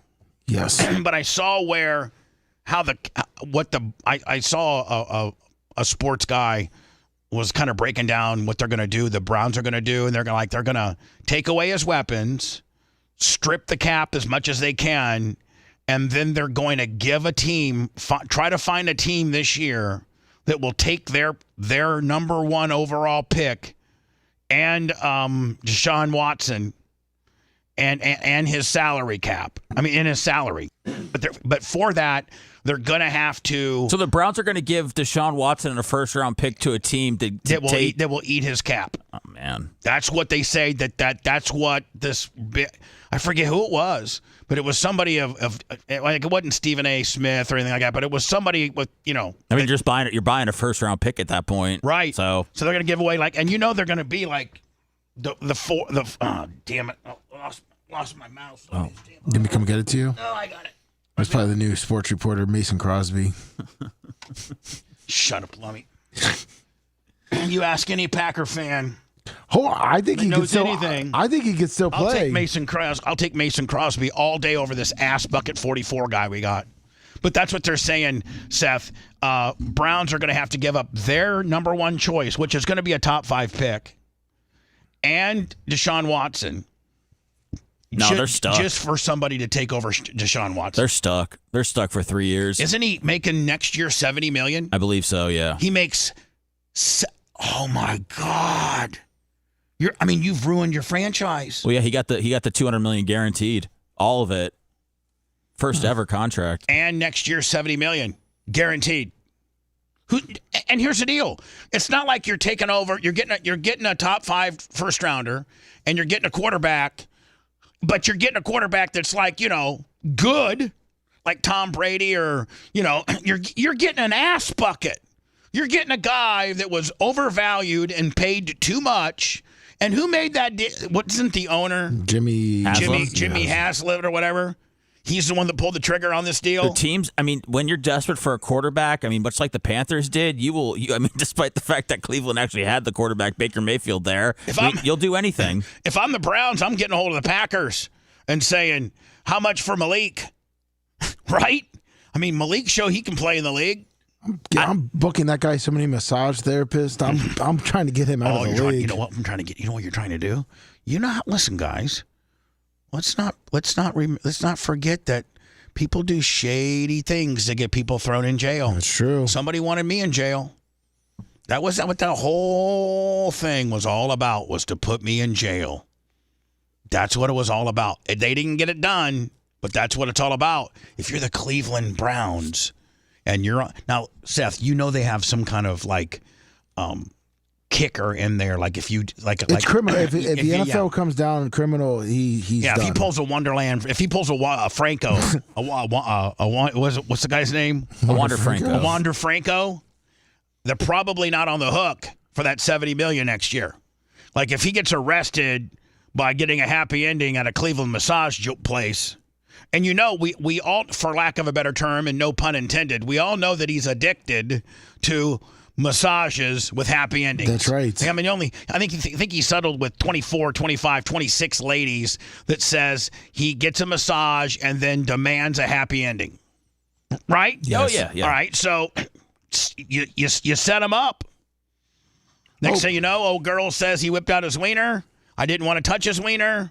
And now the Cleveland Browns are like, listen, man, now you're in trouble getting happy endings in Cleveland. Your deal is, you got the money you got from us that we can't get back, but you're done. We're not paying you that $70 million. Instead, we're cooperating with the Cleveland police for you being addicted to happy endings. Got it all taped up. Sexual, got you video camera, the whole thing up and everything. Well, breaking news. Packers, looks like they cut their kicker. Ha-ha! And they signed Brandon McManus. Oh, didn't he sexually assault a flight attendant on the way home from a London game with the Jags last year? Yeah, he got cut from the Jags. Yeah, I remember that. We talked about that on the show. He cleared the NFL investigation. Oh, he cleared it? Okay. Yeah, I know. I got McManus. Great. Back in a minute. Stay by. Want to listen to the show on demand and on the go? Enlist today at BubbaArmyHQ.com. Sign up and start listening. The Bubba the Love Sponge Show will be back after this.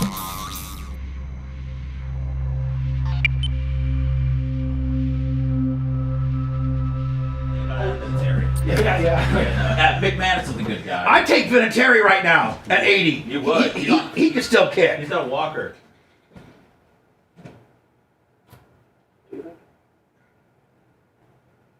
You know, I think part of why Kamala's getting so much support is that will that ever come out?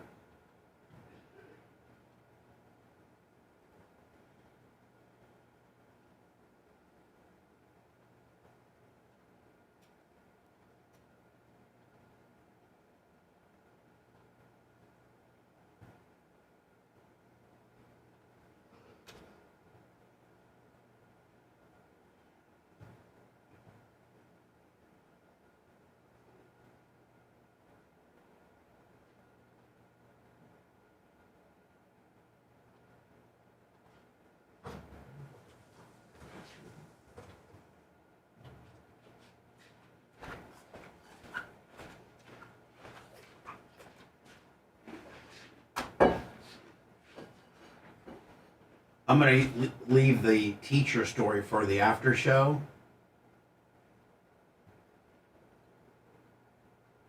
Oh, the one with the scratches. Is this the fucking Lieutenant Dan? Yeah. Chief man, my right hand. I trust him with my life. I just met him yesterday, but I know him in my heart. I've known him my whole life. You're fucking stupid, Dan. If you know what that means, you know what that means. If you don't, you ain't real. All right, real rest is real. Fucking loser.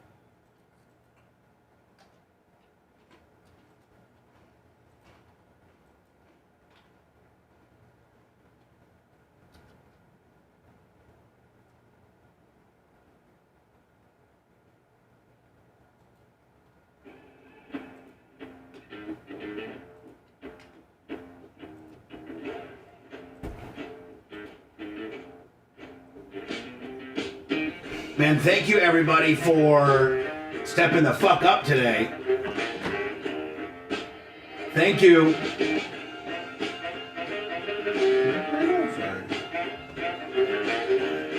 Mitch, $20. Mitch, Hierarchy, Johnny K, Here's the deal. You're losing 1% of your skin's collagen each year starting in your 20s. That's James Donahoe, Fish on the J. collagen makes strengthens the collagen you have and builds the collagen. Thank you guys. Plump and glowing skin. Things you don't really like. You're also talking about 10, 20% tariffs on the rest of the world. That is going to have a serious effect on the overall economy. And yes, you're going to find some people who will things. Ooh, man.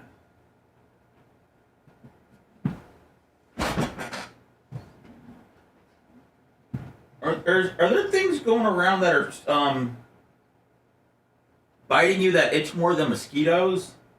Because I'm itching myself to where I'm bleeding. Sometimes no-see-ums. Those no-see-ums are out right now because of all the water from the shit. from the the storm. From the storm. So my mom's house has them bad. My mom went outside after the storm just to see, and by the time she came in, her whole entire legs were eaten up with them. They're like the little red dots. Yeah, Yeah, this is. I mean, they're teeny tiny little red dots. The calamine doesn't even work, man. Got calamine all over the place. Yeah, no, that won't work. And they call them no-see-ums because you can't see them. But you know what works on them? Dryer sheets. You know the sheets that you put in the dryer? Yeah. If you rub your legs with them and your arms with them, that's like repellent. Well, they said baking soda also said. Yeah. So before you go out, if you dryer sheet your fucking legs, maybe your toe too. Okay. Just trying to give you some. Yeah, no, I appreciate it. Thank you for the tip. No problem, cousin. Yeah, if you sprinkle baking soda on it and then wash it right off, it's supposed to relieve it also. Yeah, or if you throw gas and then light yourself on fire, that works too. Yeah, I'm just saying. Think about cutting it off my skin. Just cutting it out of my skin. There's just one thing on WikiHow says.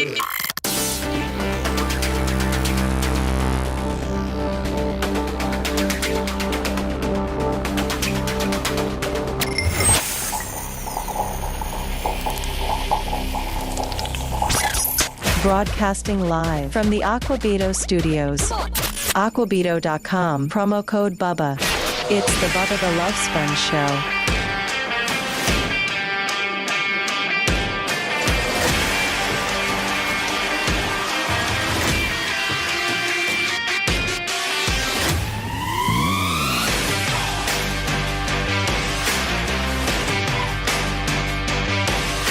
Lummy, did you get those two super beach spots over to T?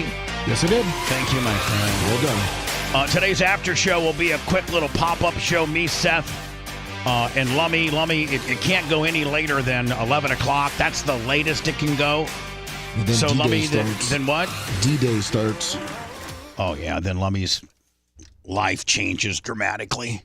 Today is going to be Lummy's D-Day. Yeah. Storming the beaches of Normandy. And those poor men. It might be too much. It might be too much to have Lummy film this tonight because this is going to be it. Lummy, if you got an opportunity, I'm not trying to exploit your child. I'll try to film it. I'm just trying to show how frustrated you are. Yeah, I'll try to film it. Because you're going to be owned by a 3-year-old. Yes, I mean, you're totally going to be his bitch. Yes, I am. He will be getting everything. Here's the conundrum we are involved in. Ashley, the boss. Yes. Ashley, the Booker boss, Garrison, mother of one Walker Garrison, and wife of one Lummy.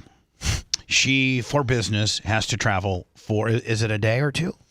Just a day. One day to New York. Yes. It's job related. Yes. And it's not the fact that she's trying to go see Devontae Adams real quick and give him a welcome to New York oral jobber. No. You know. She tried to go to a Mets game or something? She tried to, but God love her. You know what? She is the ultimate chick. Yeah, Most of our chicks wouldn't like. She's like, bitch, if I can get a Mets game in, and I'm gonna. Yeah, they're in the playoffs. Yeah. God bless her. So, but here's the deal. So Walker is 3, and he's a big 3-year-old. He's a handful. Yes, he is. And Lummy is like 4th on the rung as far as importance. Yeah, maybe 5th. Mama.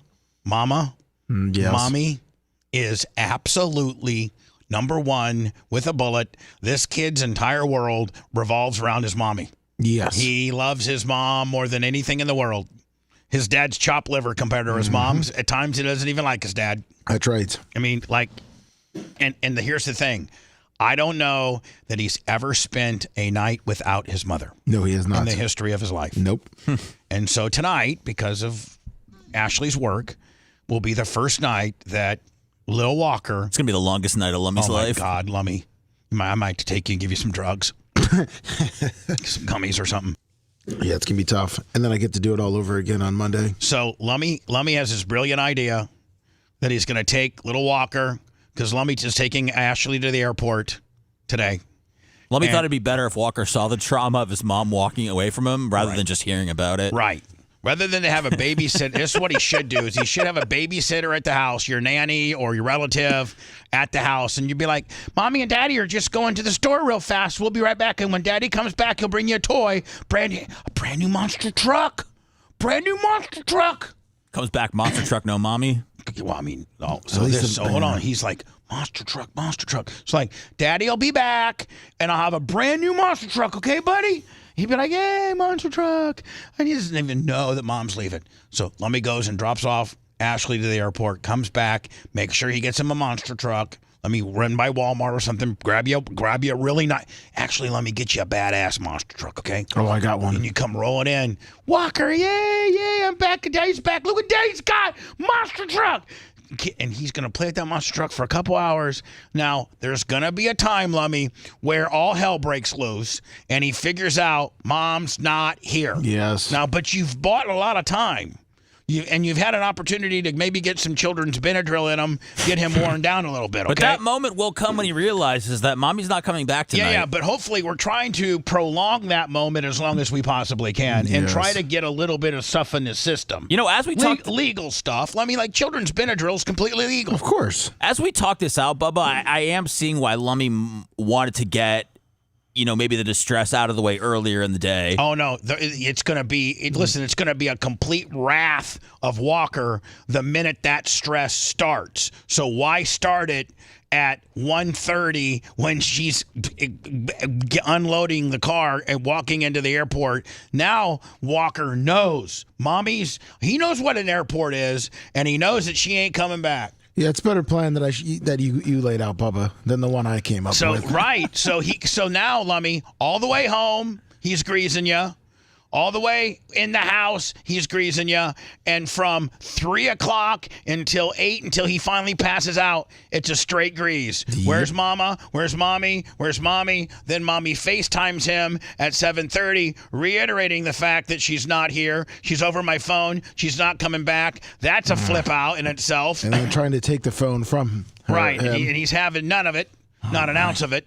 So, like what I say, Lummy, is you get you Grandpa or the nanny, and you start, with you sprinkling a little children's Benadryl in there at lunch. Why is that the key to this whole situation? To slow him down, tire him down. It's the only thing you can legally give a kid to tire him out. He's a smart kid. He's gonna. You can't just DT night him all day long, all night. You can. You sprinkle it into the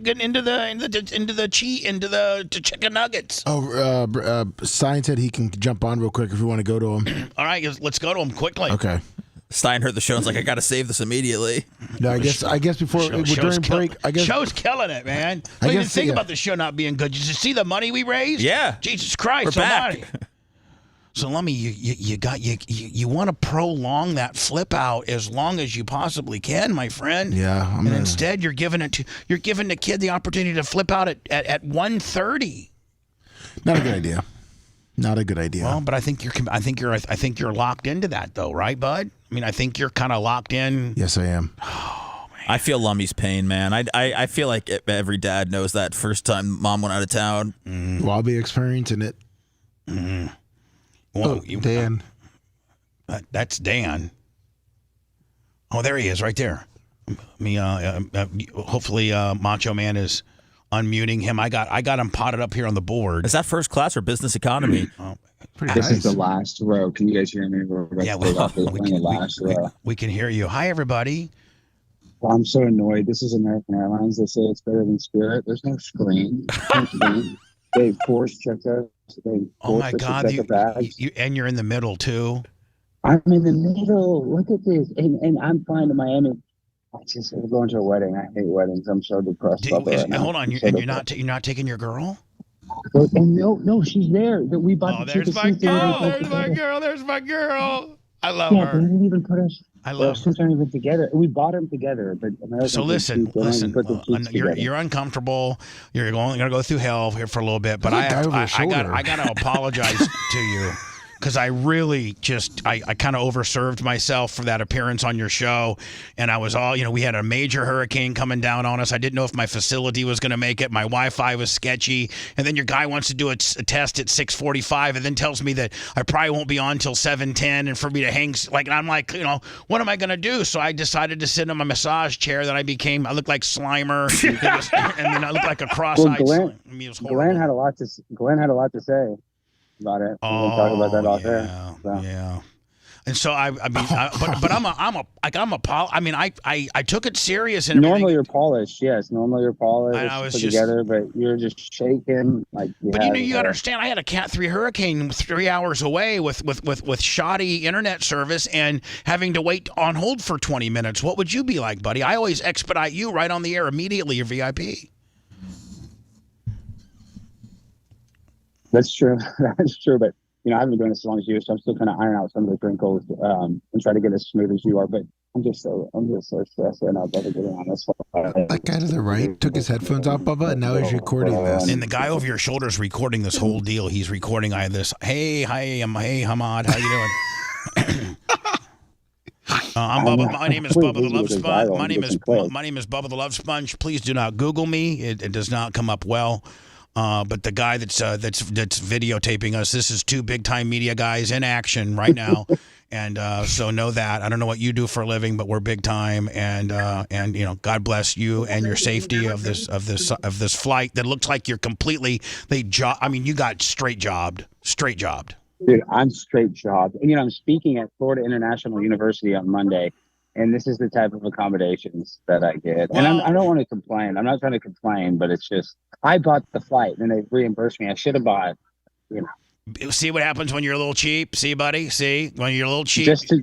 Just to make 80 extra bucks, that 200 extra. I mean, it's just at the end of the day, it's almost laughable how much of a wedge you are, because for 80 extra bucks you could be business class, feeling good. I'm not even sitting with Paige. Like, how sad is that? We're not even sitting. You got you got the hottest girl on the entire plane, and you're sitting not next to her. It's pathetic, bro. I'm pathetic. I need to, honestly, I need to go to a doctor or somebody, because it's pathetic. Like, why don't I just pay a little more? We can sit together and you make a good living. I've seen your contract. I've seen your I guarantee. make a great living. I know. I mean, let's just be honest. I mean, you make over $500,000. Let's just be honest. Not that much. Yeah, I know how much you. I know how much you make. It's close to 450, 500. And a guy that makes 450, 500 doesn't make his girl sit 2 rows back in the middle, buddy. Come on, you're gonna lose her. You're right. And Bree's so good. She's so good. But we're going to Miami for the guy. The wedding we're going to is the guy that introduced us. His name's Dan Ball. I hosted his show in San Diego, and free pay-per-view was his, production assistant, and then I stole her from him. Well, can I get another appearance on your show? And Of course. You need to come to Dallas. Where I'm in my standard broadcast position, and I can be myself, and I'm not on pills and passed out on a massage chair with the Cat 3 Hurricane staring down my gimmick. Hey, and we need to get you. Don't even worry about my show. And by the way, I've become a huge Charleston White fan. I just bailed him out of jail. He still hasn't gotten out. So people have been calling me. I paid $2,700 out of my own pocket to get him out of jail. Does he know that? Even though we know the bond, does he know? Because we're not licensed in Tarrant County, so I had to pay a bondsman to do it. Does he know that you're the one that got him out? Yeah. He's gonna help me a lot. I mean, not like that, but he's gonna help me out. He wants to come on the show already, but I'm out of town. Supposedly, he's Tarrant County. Supposedly, he charges $10,000. But I know everything about him. Yes, he does. Google it. His views are insane, but if we can get him out to Tampa, I can get him in their studio for free. But we need to get him to Tampa at one of his Tell me what I need, what type of drugs I need, what type of women I need. Just tell me.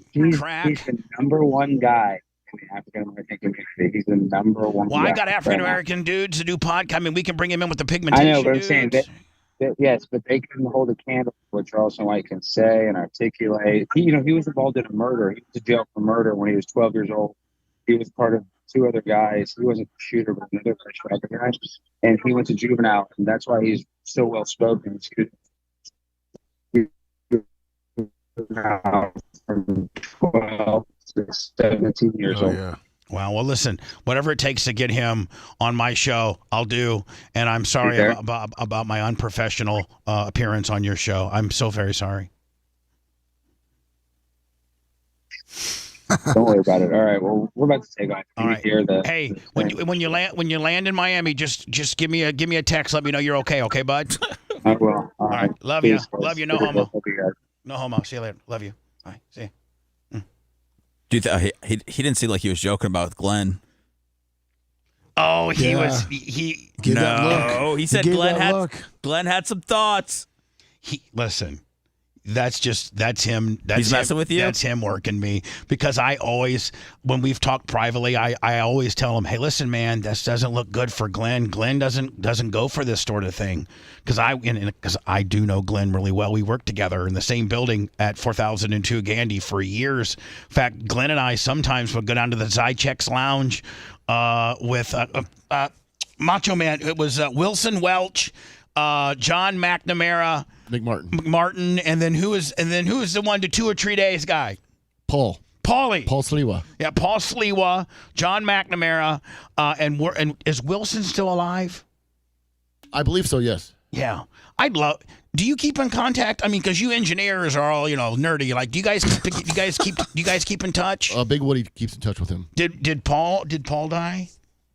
Yes, unfortunately. But you know what? I'd love to see John. John was he was kind of the young gun when I was there working under Wilson and Paul. And now is he still an engineer for iHeart? Yeah, he oversees the entire Southeast, all the stations for iHeart. I'll get a hold of Big Woody or you. I'd love to say hi to John. What a good dude. Thank you, Macho Man. And Stein said he'd get you Charleston White for free. Yeah, you got to give him the Tampa, though. Now, Seth, how big would that be? I mean, as big as you can imagine. He said that our black guys couldn't even hang with him. Listen, you know what? Rio and Craig may not, but Craig's son might. Bubba, that could Craig's son is a straight OG. I talked to him, the pigmentation guys, yesterday. We had some thoughts. We were going back and forth with some ideas, and listen, it wasn't behind Seth's back. He asked me to talk to the guys about some stuff, and Craig brought in his son, who's this younger dude who just got out of jail. Well, I don't know if did he just get out? Or he's been in jail. And my man, that guy had he had the black it factor. He did a good job on the podcast yesterday. He's really well spoken. But that could be your first interview from the podcast table with Charleston White. Yeah. And the seats up there. Mm-hmm. Stein and Charleston, that's a recipe to be number one. If I had Stein and Charleston in the two seats, with Charleston one closest to me sitting in my Jay Leno type, where I'm going to be, my David Letterman type situation, Lummy. Yeah. And Charleston White's my first interview.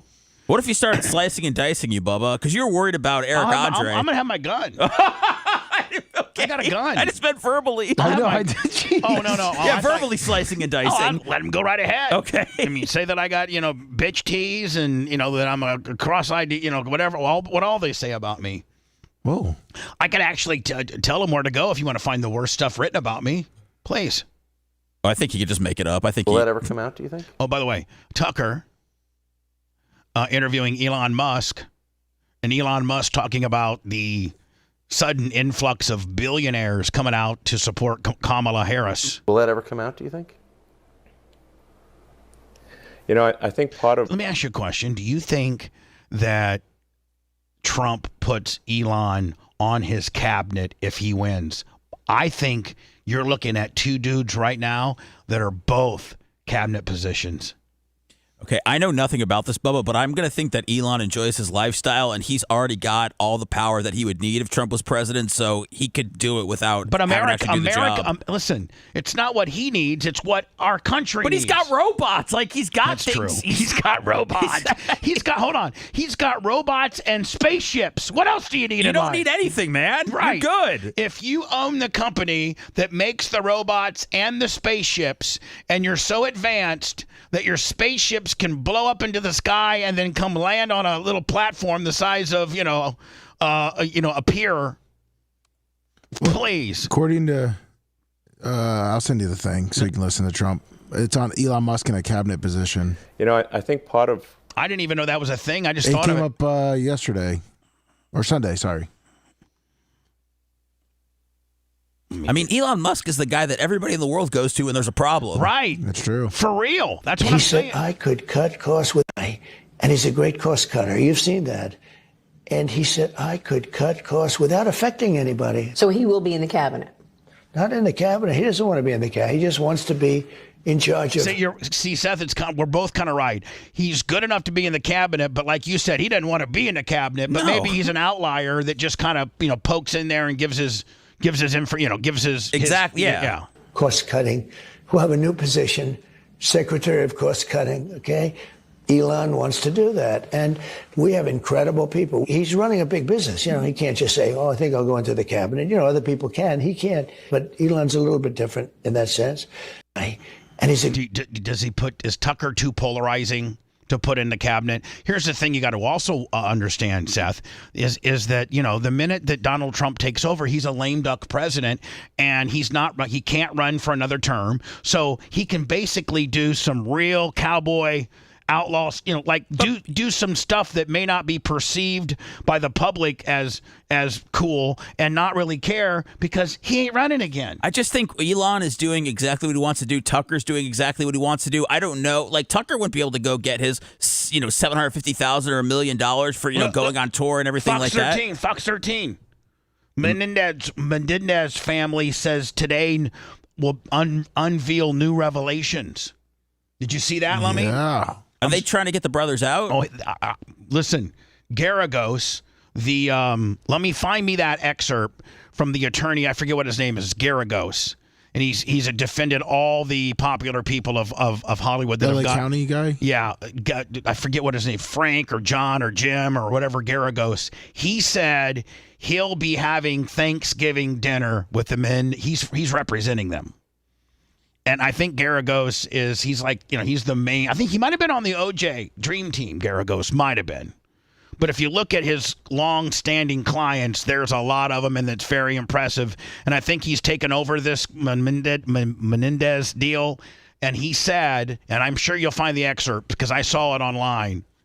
He said, "I'll be having my goal is to be having Thanksgiving dinner with the Menendez brothers." Tucker asking Elon about the influx of billionaires supporting Kamala. I think part of why Kamala's getting so much support is that if Trump wins, that Epstein client list is going to become public. There you go. If Trump wins, from Elon, you don't think that he knows? You don't think he's had that conversation with Donald J. Trump? If Trump wins, that Epstein client list is going to become public. Yeah. Woo! You put that in with a sprinkle of P. Diddy client list, and you got you something there, Sethy boy. Yes. And some of those billionaires behind Kamala are terrified of that outcome. Yeah. Do you think Reid Hoffman's uncomfortable? Yes. Yeah. And Gates. Yeah. And and Elon is he threw out the Bill Gates dude, and there's only a few people that have more money than Bill Gates, and this is one of them. Oh, man. This is about to get spicy. I thought this was the clip where Elon said we did go to the moon. No. We asked that. This is rocket fuel to the moon. Bill Gates will be learning how to get to the moon as fast as he can. You just look at them and you're like, that's a nervous person right there. I don't know. I assume you know them. Yeah. Yes. Isn't it kind of cool? I hate to brag and all, but that I was one of the very first people that really befriended Tucker and gave him a huge platform. Yeah. Isn't that cool? It is cool. It's not getting me anything right now, but something of my legacy gimmick. Hoffman was my vice president of business development at PayPal. Yeah. 24 years ago. Was Elon one of the very first PayPal guys? Oh, yeah. Oh, okay. I didn't know that. Does he seem nervous to you? Yeah, he's terrified of a Trump victory. Because of the disclosure that would follow? I think Trump said I'm releasing the Epstein list, and I'm releasing the redacted government stuff on JFK. And Roger Stone in person told me the JFK stuff will rock our country. Not in a bad way, just who really did it. And don't be surprised if it doesn't come back to TAMPA. Wow, that's quite the tease. Santos Traficante. Interesting. JFK was supposed to be killed the day before he was in Dallas, in Tampa, by Santos Traficante. And it rained, and they had to put the bubble on the limo. Otherwise, it would have been done. At the Hotel Floridon. Yep. Yeah, I think he's certainly ideologically not aligned with Trump anyway, but I think he is concerned about the Epstein situation. You got a P. Diddy situation. You got if Donald Trump wins, the Epstein list comes out. That's why they're trying to kill Trump. Trying to hold it down? They're trying to kill Trump. Okay, so we got the Butler, Pennsylvania deal. That damn near. That should have done it. I mean, my God, talk about being, I mean, Jesus, our whole world would be completely different. Thank God that did not happen. And then you got the guy that showed up at the golf course. He was ready to do it. And then most recently, did you guys see there was another dude that got caught with a gun at one of his appearances? Yeah, in California, I believe. Jesus, they're getting, I mean, my God, I hope we can make it through. He's almost there. And then I think it gets worse if he wins, right? Here's the deal, though. I'm gonna say something. If this election is really, really not rigged, and there's not any vote, dead people, 74,000 people from Atlanta that are dead. African-American people are voting 3 times. And this election has any sense of fairness. I think it's a Trump landslide. I think Trump wins Arizona, Nevada, Michigan. That's all he needs. Pretty much. I mean, and Georgia and North Carolina. I think it's a landslide. It's an ass whipping. If it's above board, it's an absolute ass whipping. People just don't. And she has lost so much of the black, white, Hispanic. Men don't like her. For real, men don't. I mean, I know Larry acts like he likes her because he has to because Elise runs the show. But if you take Larry aside and said, Larry, do you really like her? I mean, there's a lot of people that think Donald Trump's a criminal scumbag. I mean, I understand people don't like Kamala, but there's also a lot of people, half the people, I think, that are passionate that Donald Trump is a scumbag. Although he might be able to do the job better as a person, I don't know if his character is quite all there. Rob Green, $100. Bob Green, I love you. We need to talk about my roof. Rob Green. Oh, I thought it was Bob Cook. No, Rob Green. My concoction today has got me wonky. If you liked that segment, then you'll definitely like the new redesigned BubbaArmyHQ.com. We'll be back to the Bubba the Love Sponge show after this.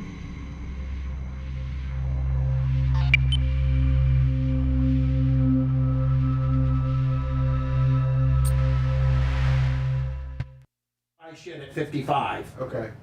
Okay, and then you go do your shit. Yes, sir. Have Macho Man pull me up a window where I sit. Start recording this Quince deal. And then have him send that to me. Okay.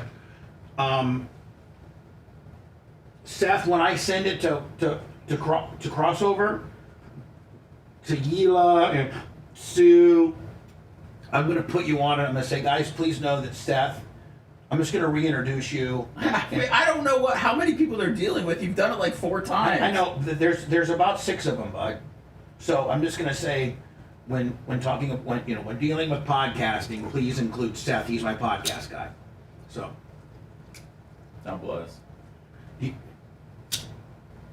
want me to take my knife and to kind of whittle, maybe take a little bit of that, maybe dead skin that developed overnight over the. No, you're good. No, it's all good. It's all look, good. Look at that. See, look. Just flip it up like that. Buddy. No, I'm good.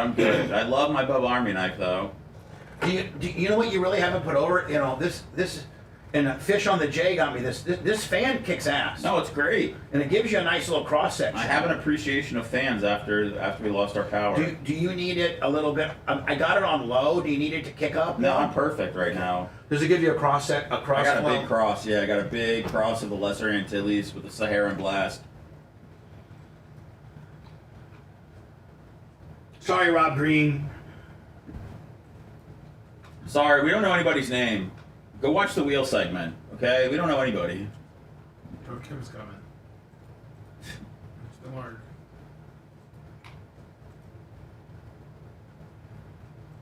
So who's the guy that almost got it twice? What? Oh, God, what was that? Oh, Joe? Joey McCoy? Yeah, Joey McCoy? Is that it? So, I mean, Seth, according to your troll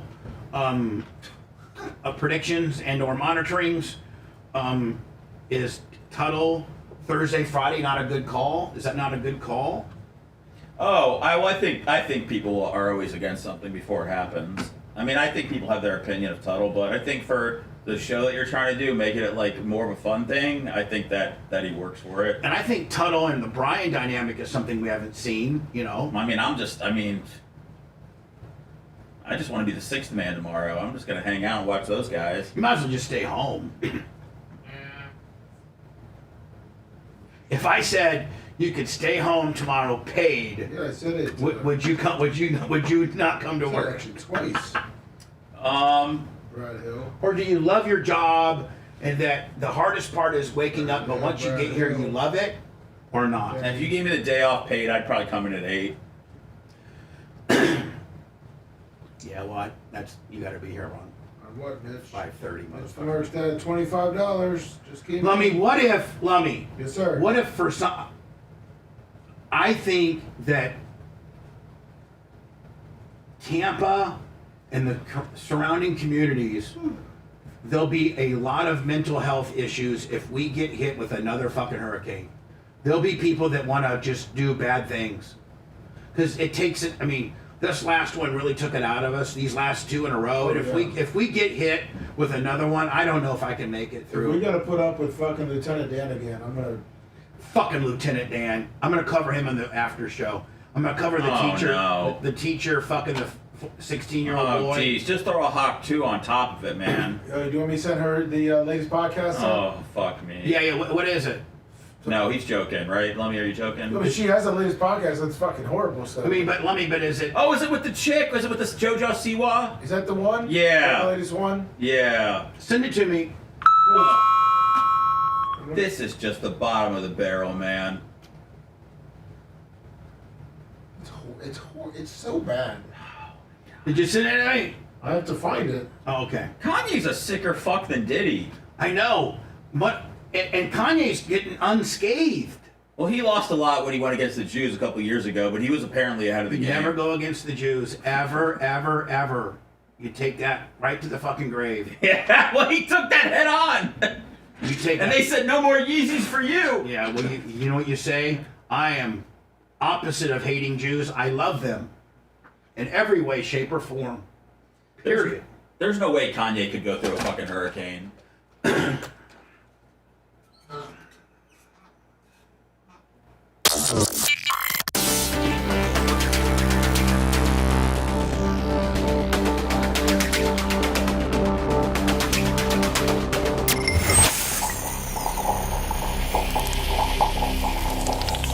Broadcasting live from the Aquabedo Studios. Aquabedo.com, promo code BUBBA. It's the Bubba the Love Sponge Show. We'll be out of here in just a few minutes, and then I'm going to do a pop-up show. Should we make that all forums, or should we just go straight YouTube? Maybe I should ask Brett. Yeah. Bubba the Rat, on the pop-up show, should we just narrow it right on down to YouTube only, or do you want to, kick it out wide and spread? Whatever you want. Well, I know it's whatever, but I want to do what you want. I want what you want. What does Rhett want? No, you don't. What does Rhett want? My little filthy ginger. What would you like, buddy? Me and you talking man to man, like we were out back, passing a J, having good times. Everybody should bring their own J now, but that's just me. No, I don't have a problem with people bringing J's. No, yeah, you bring your own. I'm just Rhett, saying. I don't think I've ever given you a hard time about going out back and burning a J.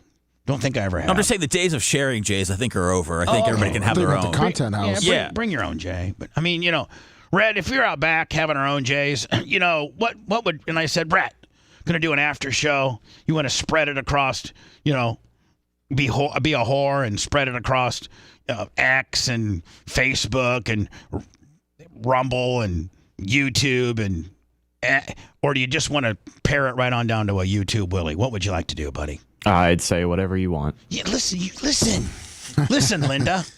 This is like the what's for dinner debate with a married couple. I know. Rhett, the answer can you're fired if you're fired if the answer out of you there's any answer works except whatever I want to do. So it's that you're fired. This would be a good time to leave now, Rhett, if you don't like it. I'm just saying. It's up to you. It's completely what do you want to do? And the answer cannot be, I don't care. It's whatever you want to do. I want to do what you want to do. You want to kick it out wide or you want to make it just a real little YouTuber thingy? We'll do them all. Okay. All right. Perfect. Thank you. I like that game.